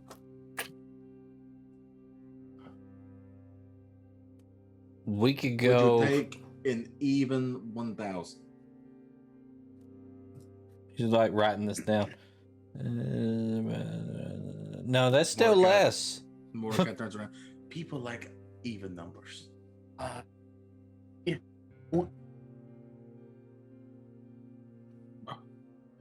In that case, I was hoping I could get the cats for my friend. They both have scales where most things like them do not. I thought they would make good companions. But in that case, maybe just 700 for the griffin. I could do that. Yeah. I could do that one. Okay. Yeah. And I pull out 700 gold. Okay. I hand it to him. All right, he pushes the cage forward. It's still sitting there without its covering on it. I pick up the cage and go, "Hello, buddy. We're gonna be good Okay. friends." I don't know what a griffin sounds like. I don't either. That was a good Griffin impression. And I turn around and go, "I'm sorry, Meridius. I thought the Dino Cat would make a good pet for you." It's fine. I don't want to have to worry about if the animal is in a fight with me up close. Oh, I can help with this. I can help. Watch this, Meridius. This is cool. This is cool. I saw the Dino Cat, so I know what it looks like. Okay, watch this. Watch this. Watch this. Okay, and then Mordecai looks at Meridius and casts prestidigitation and makes the image of the Dino Cat appear on his shoulder. Okay. There you go. Now you don't have to worry about feeding it or worried about it in the battle. It's just, once an hour I can make it appear if you want it or not.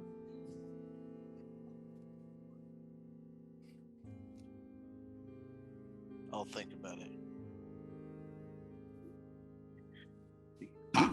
I have made Meridius happy. You're welcome, my friend. And Mordecai walks out just thinking he is just the shit. Look at the guy and go, "Thank you very much. Me and the Micro Griffin will have a great friendship." I turn around. Yeah. What are you gonna name it? I don't know yet. I have to figure that out. All right. Well, good luck with that. What color is it? I'll send you a brown. picture, Kyle. Yeah, it's like brown and white. I'm trying to.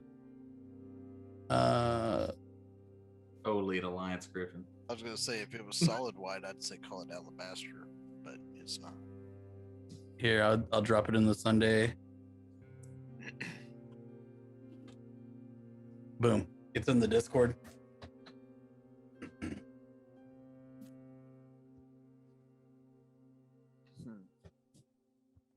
And then I'll make my way to the blacksmith nearby, unless there's something else on the way that somebody else is dropping or stopping at. Hey, I need to go and get the wagon. If you want to go to the blacksmith while I go to get the wagon. Before we get to the blacksmith, I look at Elreal and go, can I see your sword? The one that we're trying to get fixed. Oh, yeah. And I hand the hilt to him.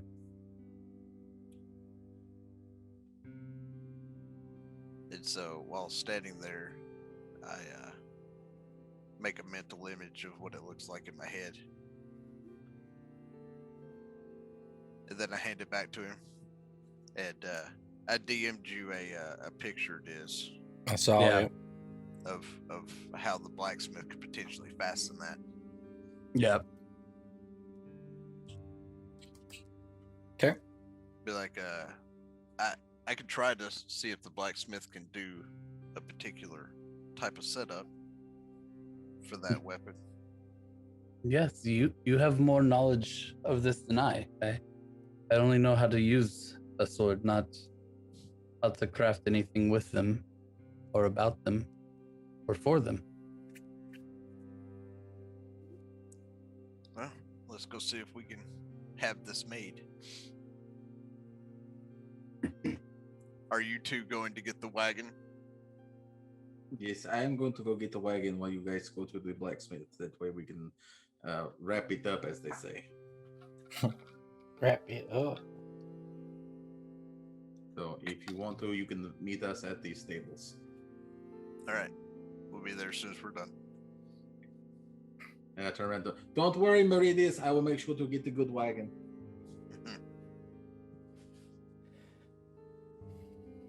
they're out of earshot, I look at Elreal and go, I worry about those two together sometimes. They will be fine. Oh no, it's how gullible they are sometimes. Like the hay. Y'all fell for that. There's no nice hay. You could have gotten a different type of thing. Maybe wool would have been a better place to sit than hay. Yes. But it was something that they wanted. I know, and they'll get it again, even though they'll pay more for something that's not really a thing. But that's why I worry about them. They're very gullible. I mean, I just paid money for a pet. That way I had something that reminded me of the goddess Shantea around. Something of nature around with us. Everybody has their own thing. Oh, maybe one day I'll find mine. Too far from home. And I've lost much to get here.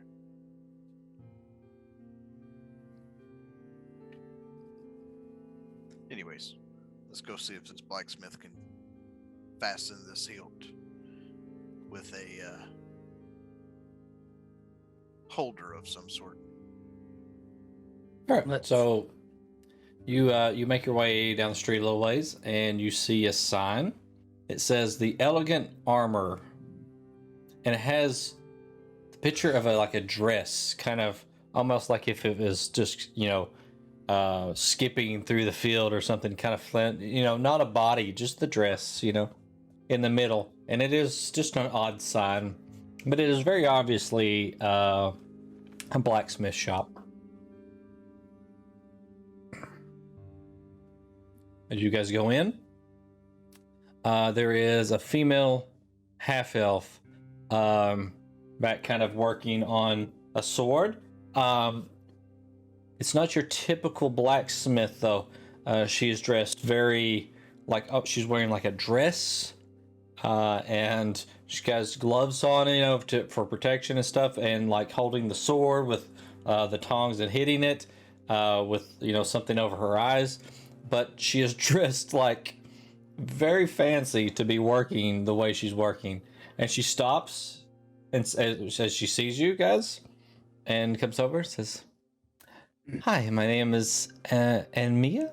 Welcome to the Elegant Armor. How may I help you?"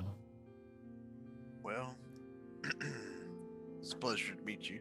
I'm Meridius. This is Elreal. Hello. We came across a sword,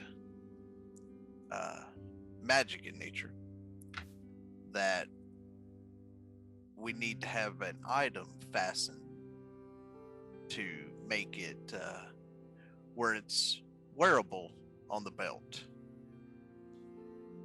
Okay. This sword has no blade. That is seen until So it that- wishes to be seen. The what? Until the wielder wishes for it to be seen. I pull the hilt, and I kind of show the hilt off, and then I can show you if you allow. Go ahead. And I kind of give it a quick little flick, and the blade comes out. It's really bright. She's like, I see. That is amazing. I've never seen anything like it. And then I let the blade retract back and go out. I have an idea of something that could be crafted to house this. Do you happen to have a parchment and potentially a piece of coal? Yes. She goes over to her desk there, and there's parchment and ink and a quill, and she's like, "Here." That'll work. Sorry, I'm used to having to draw things with charcoal in a smith's shop, not necessarily pens. And as you look around, it is very clean in here. Like, it's just not your typical blacksmith shop. It is. Everything is very tidy.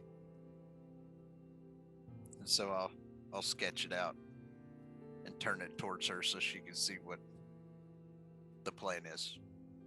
Yes, I can make this. It'll take me maybe maybe an hour. I assume you'll need the hilt long enough to get your measurements. Just for the measurements. No offense to you, but I'd rather it not stay here in case another customer comes in and tries to take off with it. That's usually not the case, but okay, understood. I do have a lot of orders ahead of you. Normally this would run about like 25 gold pieces. How fast could you get it done? For If I say gave you 50. If I gave you 100 gold, can it be done now? Yes, we could do that immediately.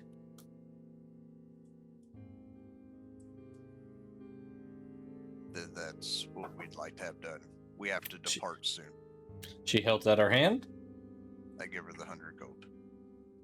She sets it on the table. Holds out her hand again.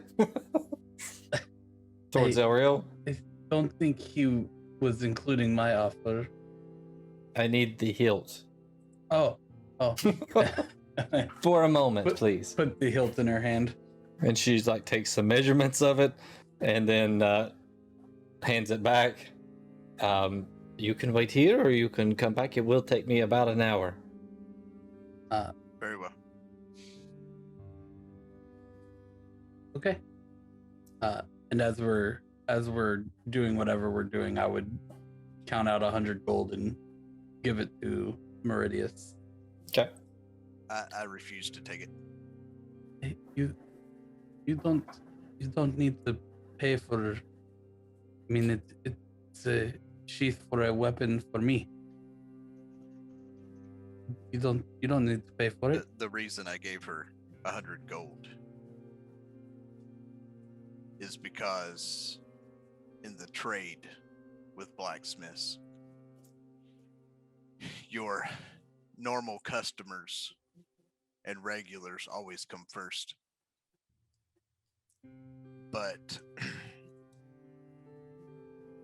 to make it her a better incentive, your 50 gold would have only got you about halfway up the list. That is fine, but you still don't need to pay the 100 for me. We It's have fine. plenty. It's not like I need a holder for my weapon, or even a new weapon. Very well. And I just go about playing with the micro griffin, trying to get it used to me. Okay. So you can make an animal handling check if you would like. Oh, let's see. Where's my? I can pull up the right. That is a 19.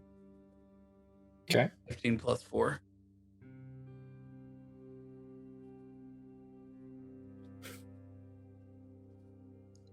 We're not within earshot on comms, right? Like I can't reach Mordecai from here.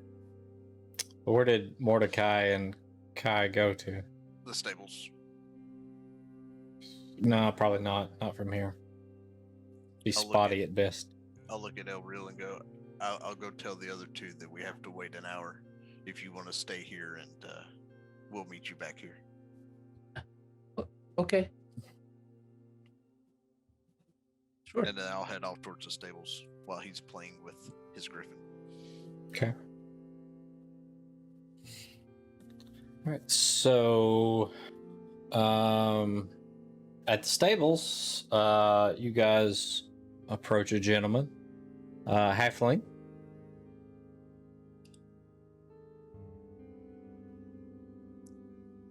What are you guys in the market for today? Best Yes, wagon you have. yes, we need a Oh. wagon. The best wagon, you say? A Well, we do wagon, have yes. a few different models. Are you looking something from this year, or are you looking for the newest model? Wagons have ears? He looks at Kai. Oh, yes, most certainly. I think a newer one would be better. I mean, you, sir, know what you're talking about. That I have to say that. I know nothing. Yeah, I mean, you know about wagons apparently, because you know that last year's model is just out of fashion now. You want this one right here, and he touches it, and it looks pretty much like the other wagons. This is the newest one we have right here. Looks It just looks like, like the wagon this we had one. before. I know. To the common eye, it looks like every other wagon, but you, sir, have that keen eye. You can see that the axles just that much better. You see that? You see that? You see that new hinge there? I do see the hinge. Yeah, you noticed that. I noticed that you noticed that. Mordecai is going to actively look at the other wagon to see if it has a hinge. Roll an investigation check.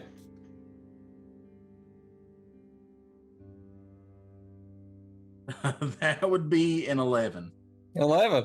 I mean, you're not really sure. It kind of looks the same. I will take your word for it. I mean, as you should. I mean, I've been doing this since I was, and he holds his hand down because he's obviously shorter than you, about this high. It's a family-owned business. So, we're looking at about 50 gold pieces for this wagon right here. And it will get you where you're going. Where are you I going hope exactly? so. Without I horses, do not know. Did we lose the horses too? Well, no. Kai assumes he means when it'll get you where it's going, that it's magical, and you don't need horses to pull it. Does Oh it no, have you magical still need horses. Do you need horses? Oh. I just thought you were in the market for a wagon. But if we're talking horses too, now we could do a package deal. I think we have horses. We have the horses. We do not need to purchase additional horses. All right.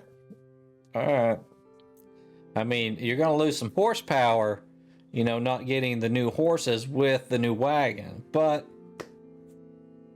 I think El Real he seems to like animals, so I think he's pretty much attached to the existing horses we have. all right. So we're right now we're at 50 gold pieces for the new wagon. What about the interior of the wagon? The interior is very important. It is very important. I'm glad you brought that up. As you can see, it's empty at the moment. What would you prefer to have in the interior? What is the best you have? Best. Mm-hmm. Now, I should have assumed that you would want the best, but you know me, I'm a little slow sometimes, and you're actually getting one over on me here already. So let me see. We have this hay here, and it is very nice quality hay. Okay, when he says this, Kai goes, wait. We bought the nice hay last time, and it itched my butt the same as the cheap hay does. So That is true. We don't want expensive hay. Don't want expensive hay. I don't think No. expensive hay is any less itchy on my butt. And then when I say that, Kai turns around and shows that he doesn't wear anything under his robes. See? Do you- See? Of It's course. quite red. You want it especially comfy for a bare bottom like that. Yes. So we don't actually present the hay like this. It's actually inside of a nice sack here and see it's less itchy that way. Kai looks at Mordecai.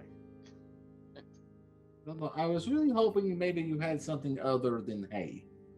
Oh, okay, hang on. And he goes back in the back and he comes out with some like cushions. Something like this?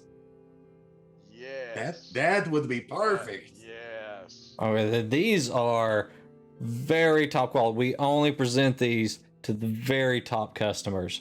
And since Well, you're that looking is at the definitely top us. model, We're that is obviously you guys, best Yes. obviously. So how many of these pillows would you like? All of them. All of the pillows. Yes. Yes. Yes. He goes in the back and gets guys. As Meridius shows up, they are throwing. There's about 50 pillows in the back of the wagon at this point. Do I even want to know what you two are actually doing right now? We're buying a wagon. With We're pillows. buying the wagon and we popped for the cushion option instead of the itchy hay. We did not buy the expensive hay. They tried to sell us that, but we were like, no, we have fell for this before. No. I was like, do you have anything else that is comfortable? And he was like, we have these cushions. And we were like, okay. There's like 50 cushions in that wagon. We didn't really know how many we would need. And so Kai was like, all of them. And Kai apparently they shrugs. had a lot. Yeah, Kai shrugs and kind of under his breath says, they kind of have more than I thought they were gonna. I thought they were gonna have like 5. I didn't know. How, they had how a many do you warehouse think we of them. need, Meridius? Well, I mean, if you count how many people are in the party that we left the guild with, and then you could potentially do a +1, so possibly 8. We What don't if we really have to need sleep? 50. What if we have to sleep in the wagon? Let's buy 10. I like round numbers. Oh, 10's good. Yes, yes. Sir, we only want 10. 10? Okay, we'll make it an even 60 gold then. That's doable. I reach into my pocket and I At hand that him the point, 60 gold. I hold my hand up for a second. Wait a minute. What is it? You're telling me those cushions? You don't know how much the wagon Cost is. like 40 gold? No, the cushions are not 40 gold. The cushions are like 10 gold. The wagon was what, 40? You're 50. It's 50. It was 50 gold for the wagon because it's the new model with the spring on the Yeah, axle. so at this point, Kai would show Meridius. He would point vaguely at the axle. See, it's got the new spring on it. At which point, after Meridius looks at that, he turns and looks at what's considered the older model, and he points the same thing out. Look at that. It does have the same thing. Let's see if Maybe Kai- it's a new model and Oh, doesn't know God. it. I rolled a natural 20, so I would notice. Well, so I look at Mordecai. He's right. It's right there. Hey, are you trying to hoodoo us? I would never do that to my top customers. But we could offer you a first-time buyer's deal here. We could just say 40 gold for all of it out the door. And 10 extra cushions, because you were trying funny business here. Okay, What if our cushions get dirty? of course you would need extra ones. We have a guy that bleeds a lot and he dies occasionally. He comes back That's to life. true. He does. So we might need extra cushions for that. Now Yes. you may want to get the replacement package on those pillows if you're going to get blood on them. That's just an extra 5 gold. He's magical. He can make the blood go away. That is true. Also, Oh, I of don't know if course. we'll ever be back here. So He kind of says under his breath, "Yeah, that was the point." did you say something? Excuse me? No. I had a little cough. Sorry. Oh, sorry, Kazutag. And so they throw in 10 more cushions into the back of the wagon. All right, how much did you say? How about we do 35 for the entire thing, since you decided that these two were, in your eyes, gullible enough that you could pull one over on them? He I says did gullible. not say that, sir. When he I says never I said cannot you gullible, said it. believe. I cannot said believe in you your think that eyes. of your friends. That's how you looked at them. when he Why says do you think I'm gullible, gullible? Yeah, Kai looks scandalized in that moment. At which point Meridius I over am not comms gullible. says, "Y'all paid extra money for itchy hay that they swore wasn't, and I told you that it was the same." So Kai answers you out loud because he still doesn't quite know how the pendant works. But we're not buying the hay this time. We're buying the pillows, and the pillows are better. That's true. His butt will not itch. Yeah, it's bad. Do you know Show what's him in the the itchy. cushion? Show him the itchy butt, guy. Do you two even know what's in these pillows or cushions? Air. No. Did you even ask what material was inside? No. Oh. He just said they were very comfortable. Kai, sit on one of the cushions. So I would jump up in the wagon. Just jump into them. As It's you very land on the nice. cushions, it's not bad. I mean, yeah, 20 cushions in the back of the wagon. I mean, It's so all bad. you hear is Kai's voice coming up out of the sea of pillows. Very contented. It's wonderful.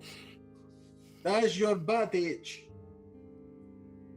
No, I hate to see friends fight. How about we'll just go 38 gold and That's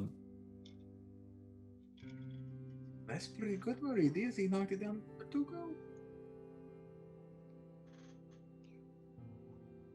Still saying 35.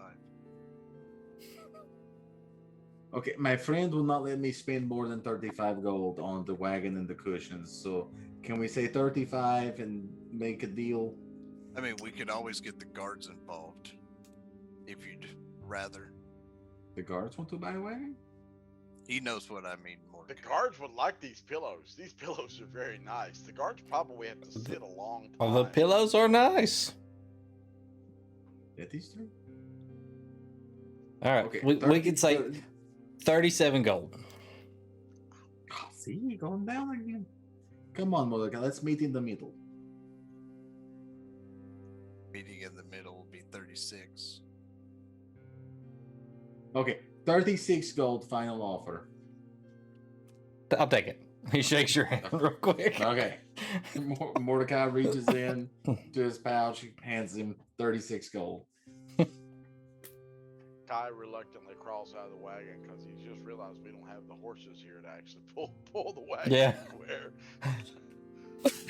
Well, if we're at the stables, wouldn't the horses have been there? I If you guess guys they would have been. stabled the horses, yeah.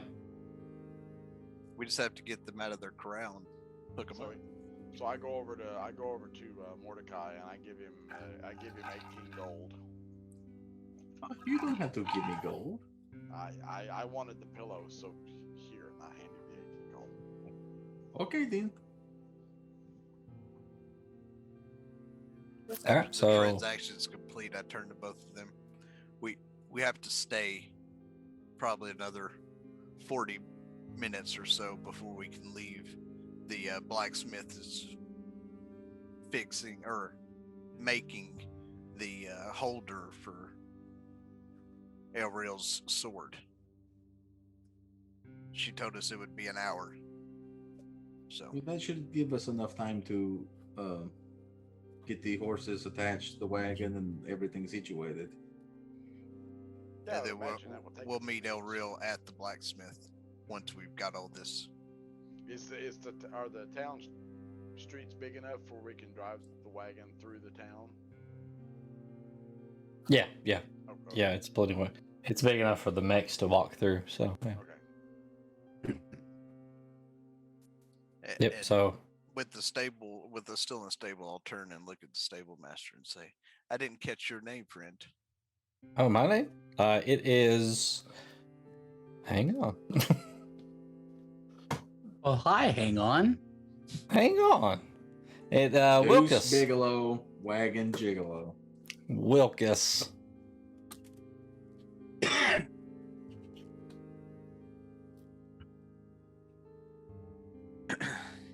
Well, it's nice to meet you, Wilkus. Pleasure doing business. Maybe we'll see each other again sometime. I sure hope so. We can refluff those pillows for you. Ooh, they offer refluffing. I bet that's a good service. Yeah, it is. It is very affordable too.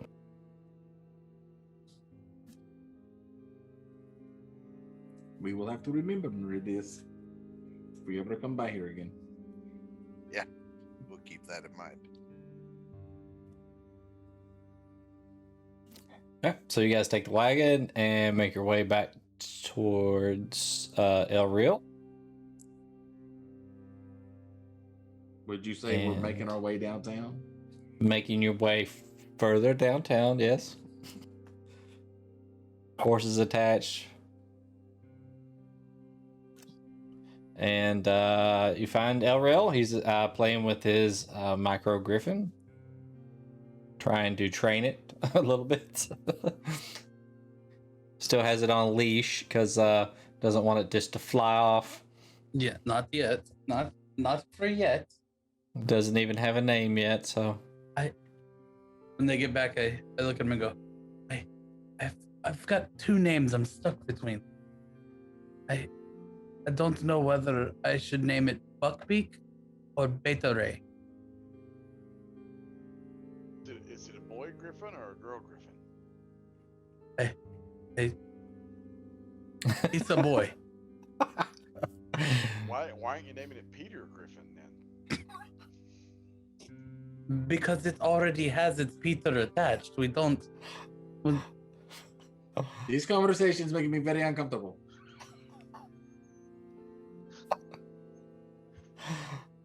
Either name would be fine. I've always been partial to Air Razor. Air Razor. Sounds That- dangerous. That's so much better than either of the one I came up with. Air Razor. I like it. That's gonna be his name. Is Air Razor any relation to Airwolf? I heard there was an Airwolf one time. No. Don't know. Don't know Airwolf. It was just something I know from a previous life.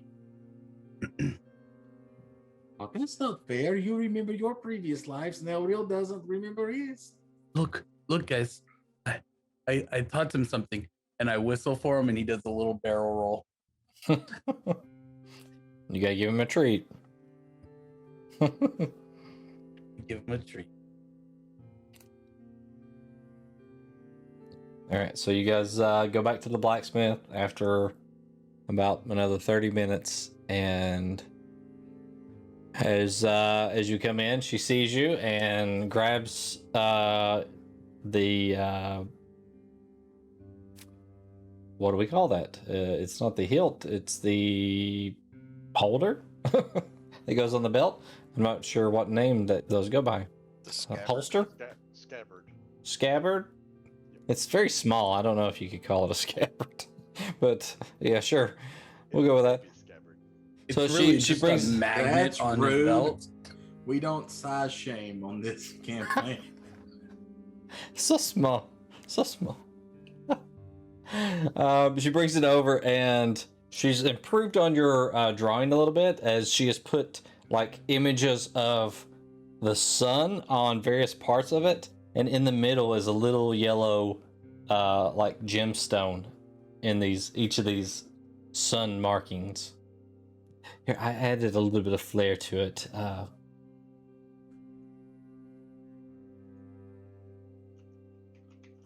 But That looks not too like much it's flair though. A good design.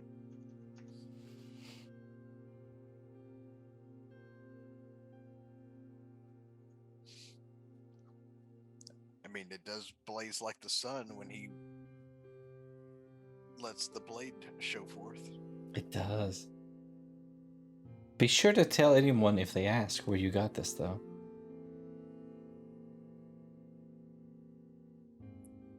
Is there any markings on it of her trade? No, just the symbols. As I'm looking at it, I'll look at her and be like, I don't see your trademark. Oh, well, I didn't think you would want a dress logo right on it. Usually guys don't like that, so. But I can put it on there if you like. No, this will do. I figured that you had some other small marking other than the symbol outside. I would rather that they be able to notice it by its elegance and tie it back to me, rather than just a simple mark. Well, I mean, I understand. It was just the fact of if men don't usually get dresses on their items, it would stand that you would want something that the male society would know as your trade. Now, Meridius, would you be giving me marketing advice? I didn't take you for a marketing expert. I'm just a fellow blacksmith.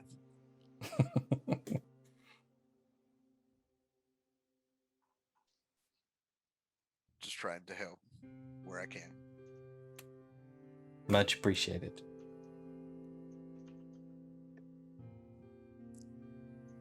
But unless any of the rest of you guys have something we need to do in town, we should get going. I think I'm good to go. I'm ready too. Okay, so you guys load up and head out of town. Which direction are you heading exactly? Pretty sure we still have to head west to the plains, correct? All right, so the plains from where you are south of you. Okay. It's quite a big area. You could go southwest. That would be kind of more the path that you came in. Right. More close to the river. But you know that it is a steep climb from where you guys are at up to the plains. Yeah. So I guess we'll just kind of head south on the road. So it's about a 2.5 day journey straight south before you start getting into the inclines, and there are some paths that can kind of lead you up onto the plains. It's almost like a plateau almost, but it does incline and then it's pretty flat. There are some rolling hills here and there are spots of like forest here and there, but mostly just open land as far as you can see. From here, you could travel probably southwest. If you travel south, you're going to come like more towards the edge of the plain area. If you travel southwest, it's more the direction that you came in. Okay. Then I'll turn the wagon kind of towards where I ran into that druid as far as that direction. So you go probably about 3 days in the plains of just kind of traveling through, and you don't see any person come through. You don't see any gnolls. You don't see anything. And on the 4th morning when you wake up, there's a man standing just in the middle of your camp. Do I recognize him? So what is the description you have of him? I can't recall. I didn't note what he looked like at that time.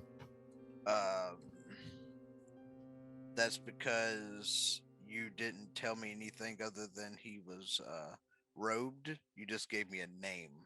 Okay. I think he had probably presented you with a different face at that time. But this gentleman is younger. I'd say he's looks like he could be in his 30s. He has. Let me pull him up here.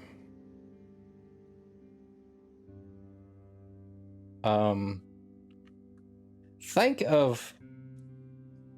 of like Seth Green almost. Is the visage that I have, okay? It's almost that look. He's got like a beard. It's like reddish hair, like auburn reddish hair, with mustache and the beard. Kind of a little bit longer hair, goes a little onto his back. It's pulled back behind his ears. Blue eyes, robed in just kind of plain robes. I think when he presented himself to you earlier, in your he looked like an older man almost. Yeah. You said that he was just cloaked, and that the voice you used made him sound like he was kind of like in his 60s or 70s by the way he talked. Yep. As you guys kind of set up and kind of just look, he looks around. Meridius, was it? It was. Lathandros. I didn't know if you would recognize me. I wouldn't have if you hadn't said my name. There was very few people on my journey through this land that knew my name. He has a kind of a curly like staff. Kind of walks over and sits down on a log and says, "Where would you be heading?"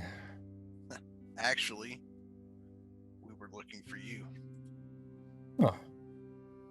Or at least the Brotherhood. Favors fortune. To find you. I was hoping to find you as well.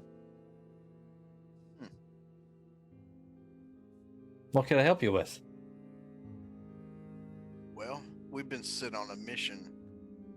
We're looking for ruins of a temple.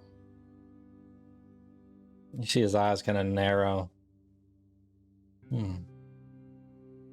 Apparently Interesting. this temple is hidden. And There's many things hidden. And the known location has not been disclosed. There's apparently a great evil that resides in the temple and in these ruins or under these ruins that we're searching for that needs to be sealed. Would you be willing to meet with my circle? Well, I mean, we did come here looking for y'all.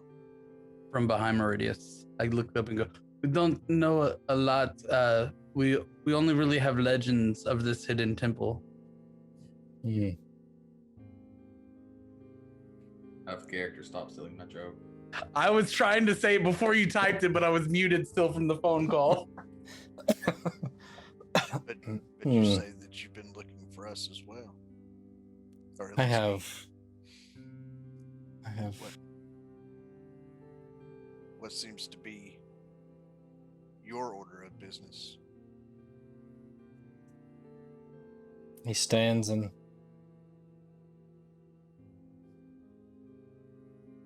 I will speak with you alone. Very He well. turns and just starts walking towards the small wooded area nearby.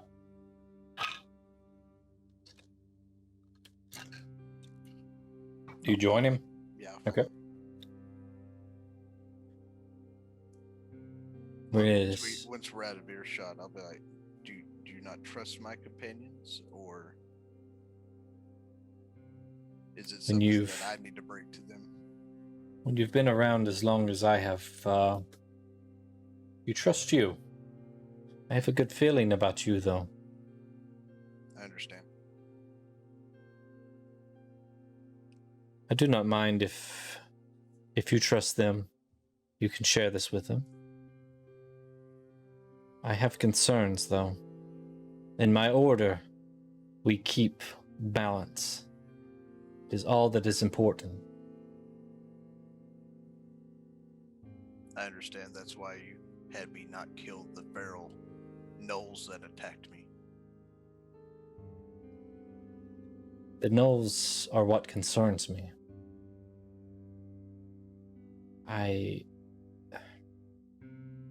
They are usually nomadic. They wander around, they cause problems, they move on. It is their way. But now they seem to gather. They seem to stay in a single spot or return there often. Something is off. And when I brought it to my order, the Archdruid, he refused to let me look into this. So that's why you were looking for me. Exactly. I may not be able to look into this, but you could. Depending on why they're gathering and where, they may be going around or staying within the vicinity of what we seek. If the story you told me is true about demons possessing them and then it going through their bloodline and them remaining this way, they may be getting drawn to what we're seeking. It is possible. It is possible. I do have knowledge of what you seek. If you would gather knowledge of what the gnolls are doing, why they gather, what is going on, why do some of them seem stronger than others?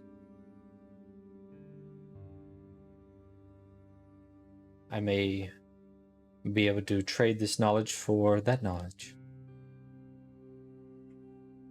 So are you wanting us to investigate this prior to meeting the circle? No, come with me. We will meet the circle. They are close.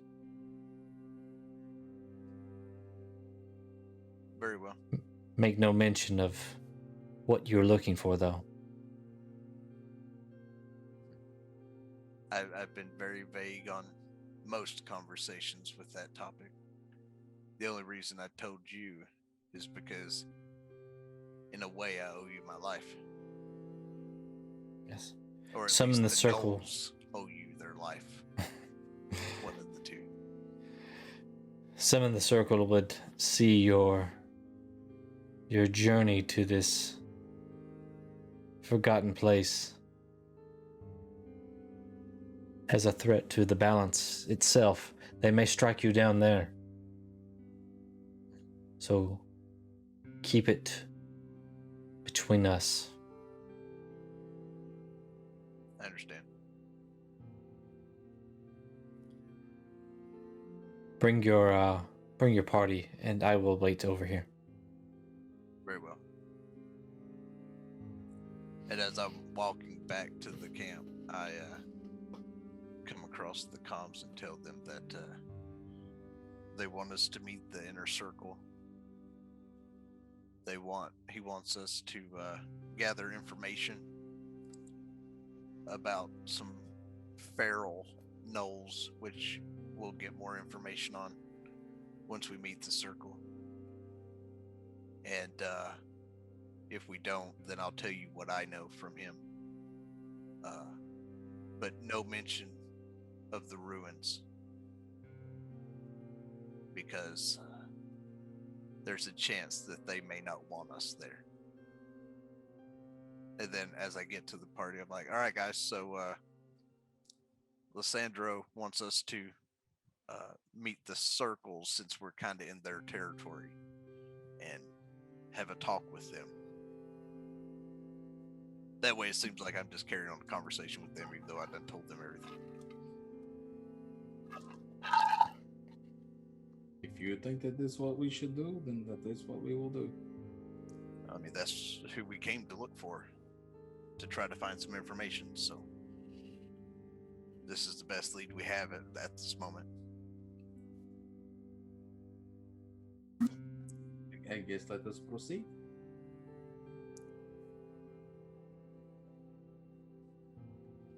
So you meet up with the druid. He leads you through the forest. The forest seems to almost kind of close in around you. It feels like the trees are almost moving in, like almost like squeezing you at times.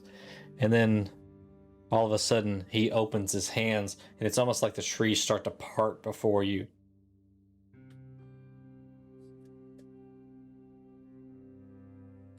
Kai's a And little bit amazed at that. here's what you see.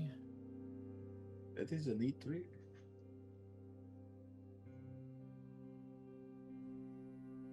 Some of the party members aren't there, so.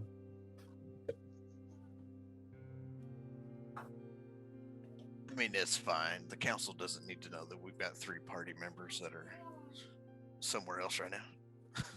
Yeah. So these would not be there. And this one.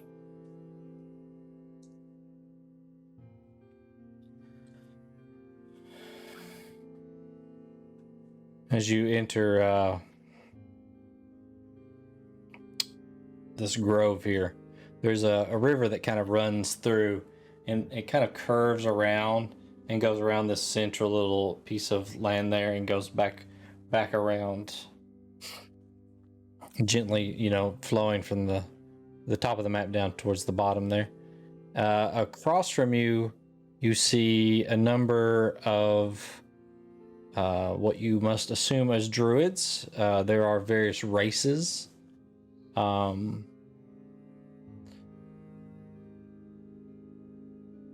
And as Lysandro kind of makes his way across and joins his brethren there, the one in the middle, which I can have a new little trick here, so I can click there, and I think, is it shift click? Control click.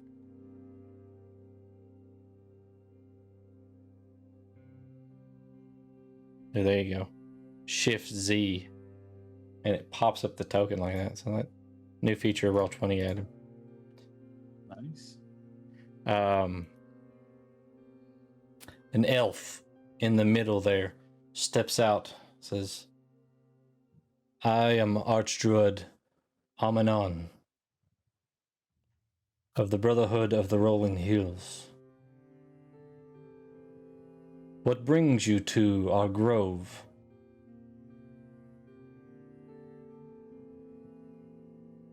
Sorry, I was writing this name down.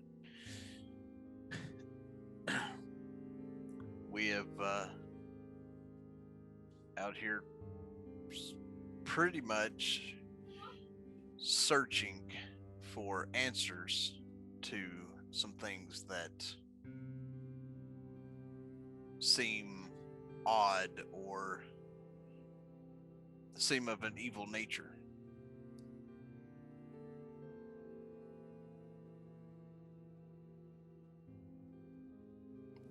You seek to thwart evil, then?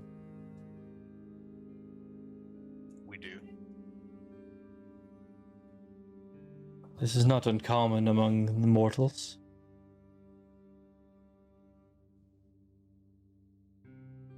I will give you a brief history of our enclave. But first, let me introduce our current members. And he gestures up to the one at the very north end of the map there. It is a female elf. It is Winlana. Standing next to Winlana, of course, is Lysandro.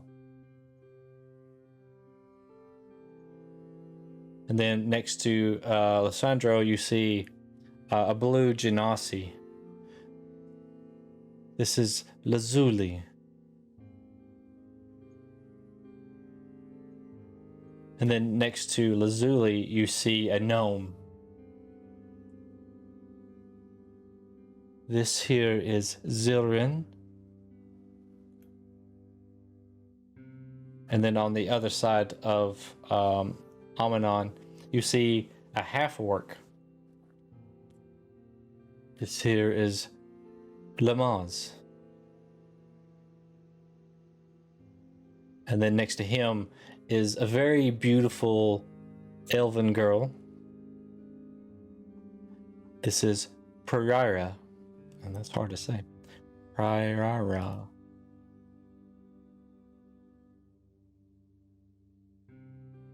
And then next to her is a human. This is Ogden. And then finally at the end, you see a large furbolg. This is Alarona.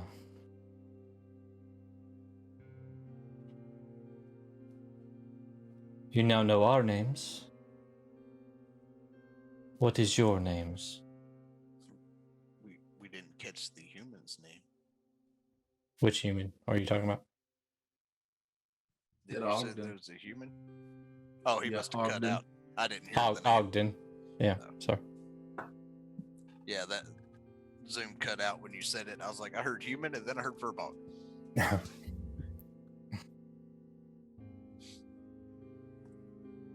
I'll take a deep breath and go, I'm Meridius.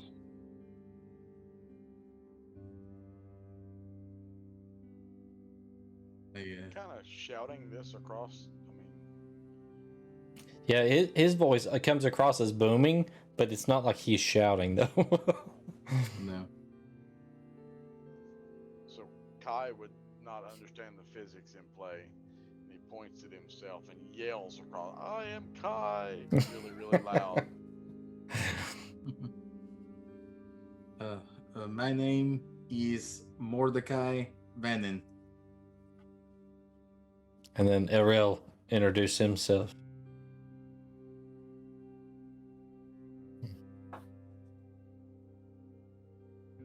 I do not know what really brings you this way, what evils you will face.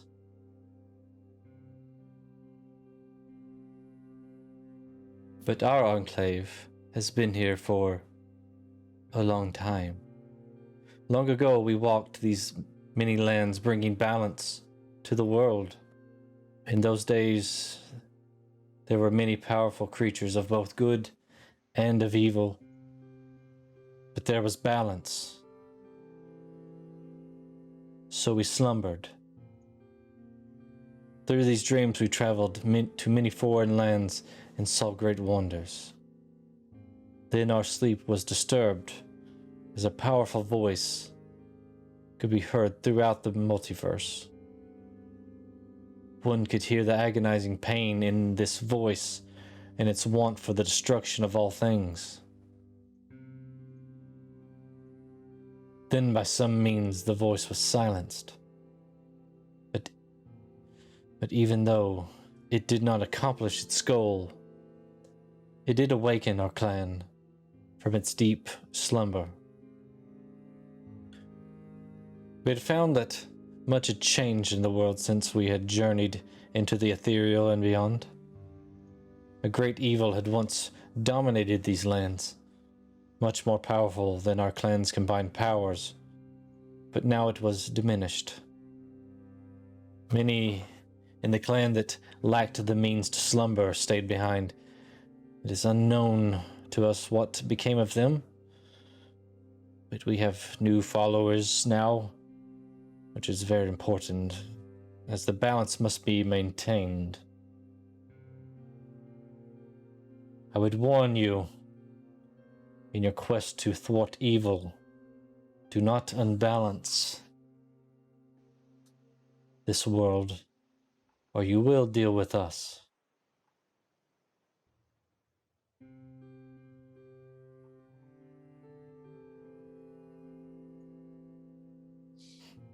Please, rest yourselves here before you travel on. If you have questions, my brethren would be happy to give you answers if they dare to.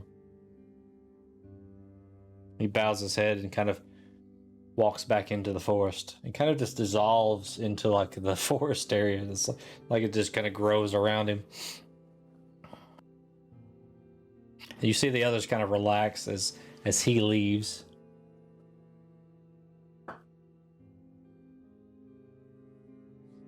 Lysandro kind of walks back over towards you guys.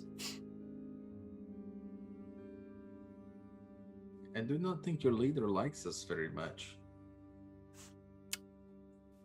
He has a lot of responsibilities.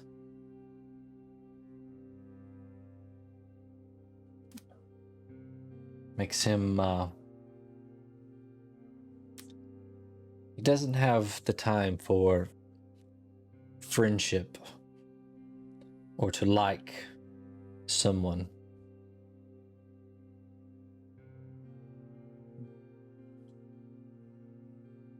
The balance that he was referring to, does that mean like between like good and evil? So like if we stop the evil, will that throw the balance off and then we get attacked by your group?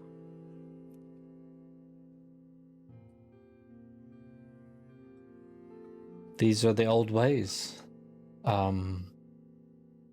If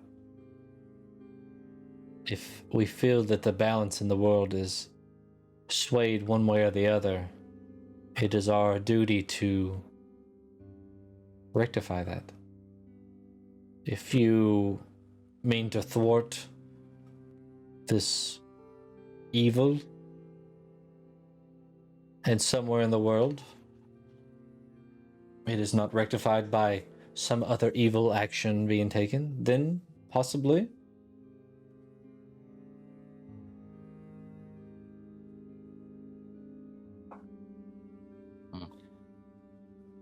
I would say that not all of us agree with this thought of balance.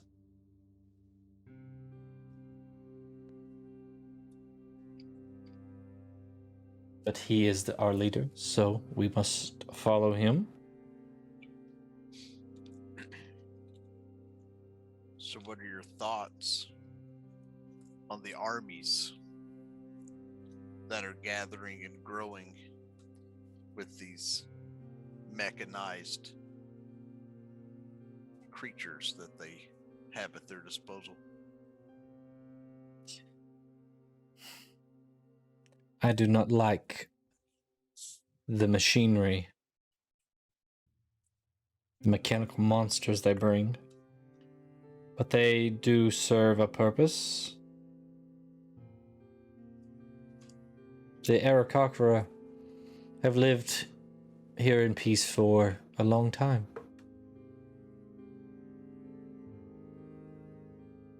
They are happy, they are peaceful.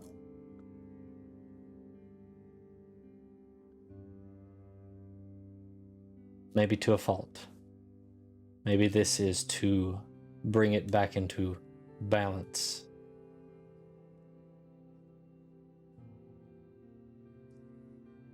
What do you think? Is that balance? I think that some point of this military is attempting to sway the populace into their alignment for their own personal gain. What is that gain, though? We arrived in a town where they were burning trees and claiming that Aarakocra had gone insane and feral and were flying down and picking up livestock and children and young adults and taking them back and eating them. That was what they told us.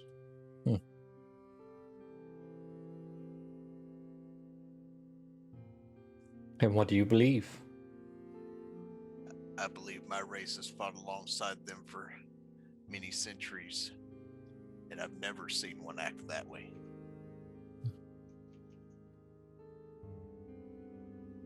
I've never heard of one acting that way. But you're from a different world. Being in this world may have changed them. It could have. Or they Or it could be could lying to you. Like I said, it could be the military trying to sway the populace to their way of thinking, to extend their reach even further than they already have. Their direction is still unclear.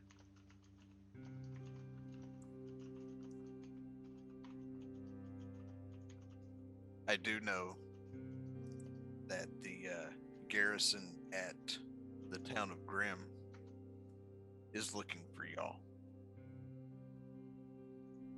Your brotherhood. Their major even said that if we stumbled across y'all, that they would like to be able to get in touch with you. Soldiers have been in our lands. We only intervene when they cause problems.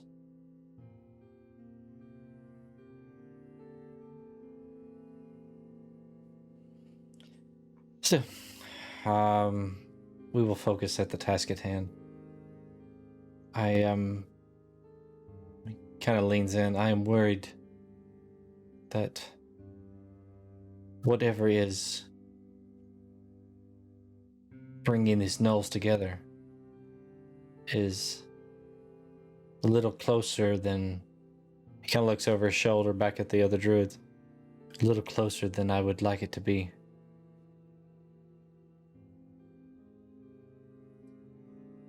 How many of them are in the same mindset as you on whether or not if we go address this issue? There are a few that have similar viewpoints as mine. The others are mixed. Most side with Archdruid.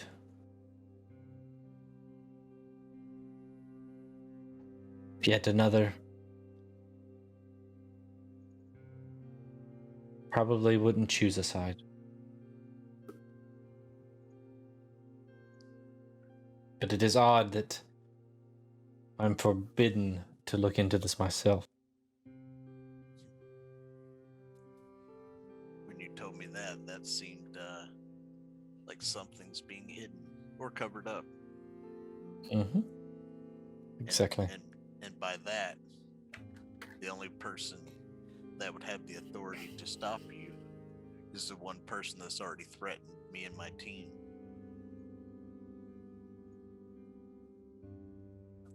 That would be very disturbing.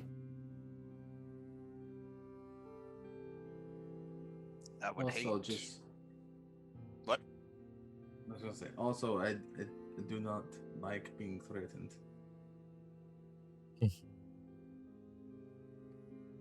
I don't Most think do not. Meridius does either. Most do not, but I would take his threats seriously. I don't mind as long as the team is in agreement to go check out what we discussed. However, I do mind putting myself and the others in harm's way to be attacked on two fronts if we look into this matter. I'm just asking you to look into it, not to deal with it. But how many times have you tried to actually have a conversation with a feral creature and it end up in not being in a fight? I didn't imagine that you were going to talk to them. But to find out your information that you would like, we'll have to confront them. You may have to interrogate one, yes?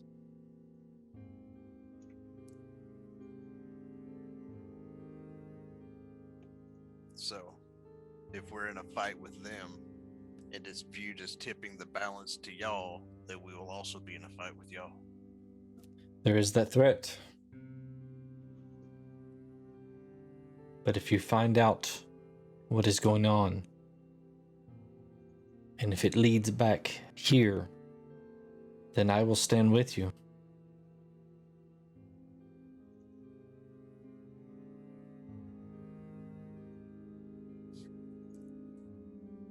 Well,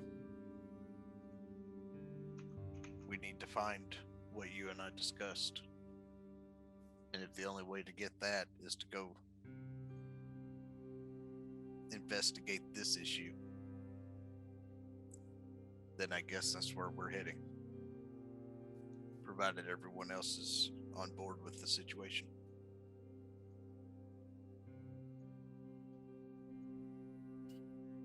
Well, there's not that many people with you, so. I have no problem helping as long as what Meridius says is true, that we don't have to fight on two fronts.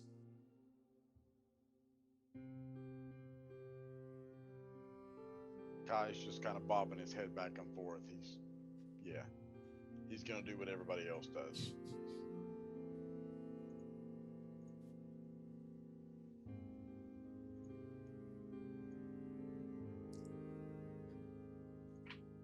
Well, just come back to this area when you have the information. We'll try to distract the others from anything that you will be doing up until then. I'm pretty sure when we get back towards this location, you'll know we're here. You seem to have found us fairly easy once we got close.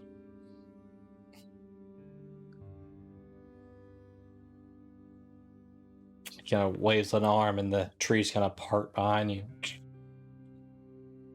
Where are we heading? Due west. He kind of lays out directions for you. He describes a lake that is kind of just south of the Jubic marshes, and describes rivers going down and forking a couple of times. He describes it's just west of that first fork, south of the lake.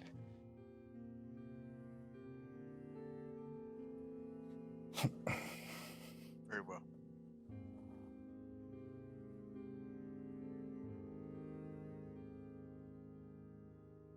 Then I guess we will head out and continue on our journey.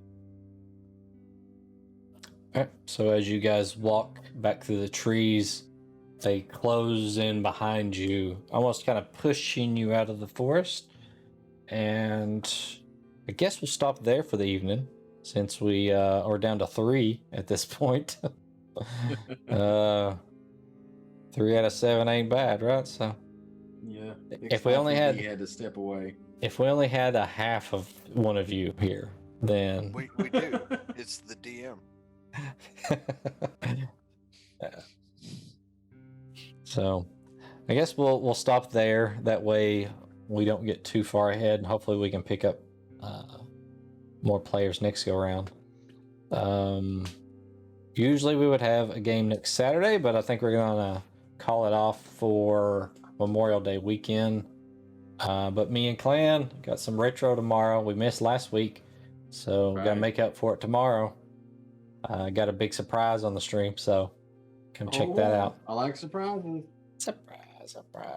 Yep. Come and play with the channel points and stream those cards and all that stuff. Make some craziness happen, and you can see me get utterly pissed off about Zelda 2. That he will, 100%, and so will I. And I'm not even playing. I felt like I was getting better at the end of that last session, so we'll see. Yeah. We'll see. Yeah, definitely. Also, for my chat, I know that Murdoch, you're in here and you're asking some questions. You're a new viewer, the first time watching this. Just so you're aware, this is like episode 6 of this campaign, or 7, 6 or 7 ish. It's actually, yeah, I can tell you, but I think it's more than that. I was gonna say, I So thought it maybe was more more like than that. 9. It may be. I don't know. They all bleed together after a while. This is true. But this is not actually Heroes the Forgotten. Number 10. This is episode 10, so I was very wrong when I told you 6, so I apologize. But we also do a campaign, like Dr. Diaz said, on Saturday nights at 8 p.m. Eastern, sort of, where we play Not Actually Heroes Cataclysm, and the 2 campaigns run simultaneously on 2 different continents on the world of Faerun, and it is a 5th edition campaign created by Dr. Diz himself, the one and only. And then on the Saturday night campaign, I kind of help with story stuff and help DM Dr. Diz and everything. And you're more than welcome to come back next time and watch. We love having an audience. And if you're worried about getting behind, don't worry about that, because if you go and visit youtube.com/nerdutopia_network, and I'll put a link in chat here shortly,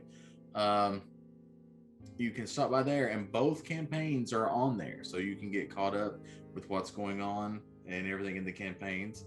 But appreciate you stopping by and interacting. We always like people popping in. We may not respond right away as we're playing, but we'll definitely get back around to you. Usually when we have a little lull or something and we're joking around. That's true. So. But yeah, and come back and check out Clan tomorrow when we're doing some retro gaming. So we are totally interactive with chat on that one. Sometimes. Also, I like Murdoch because he said he liked the voice that I used for Mordecai.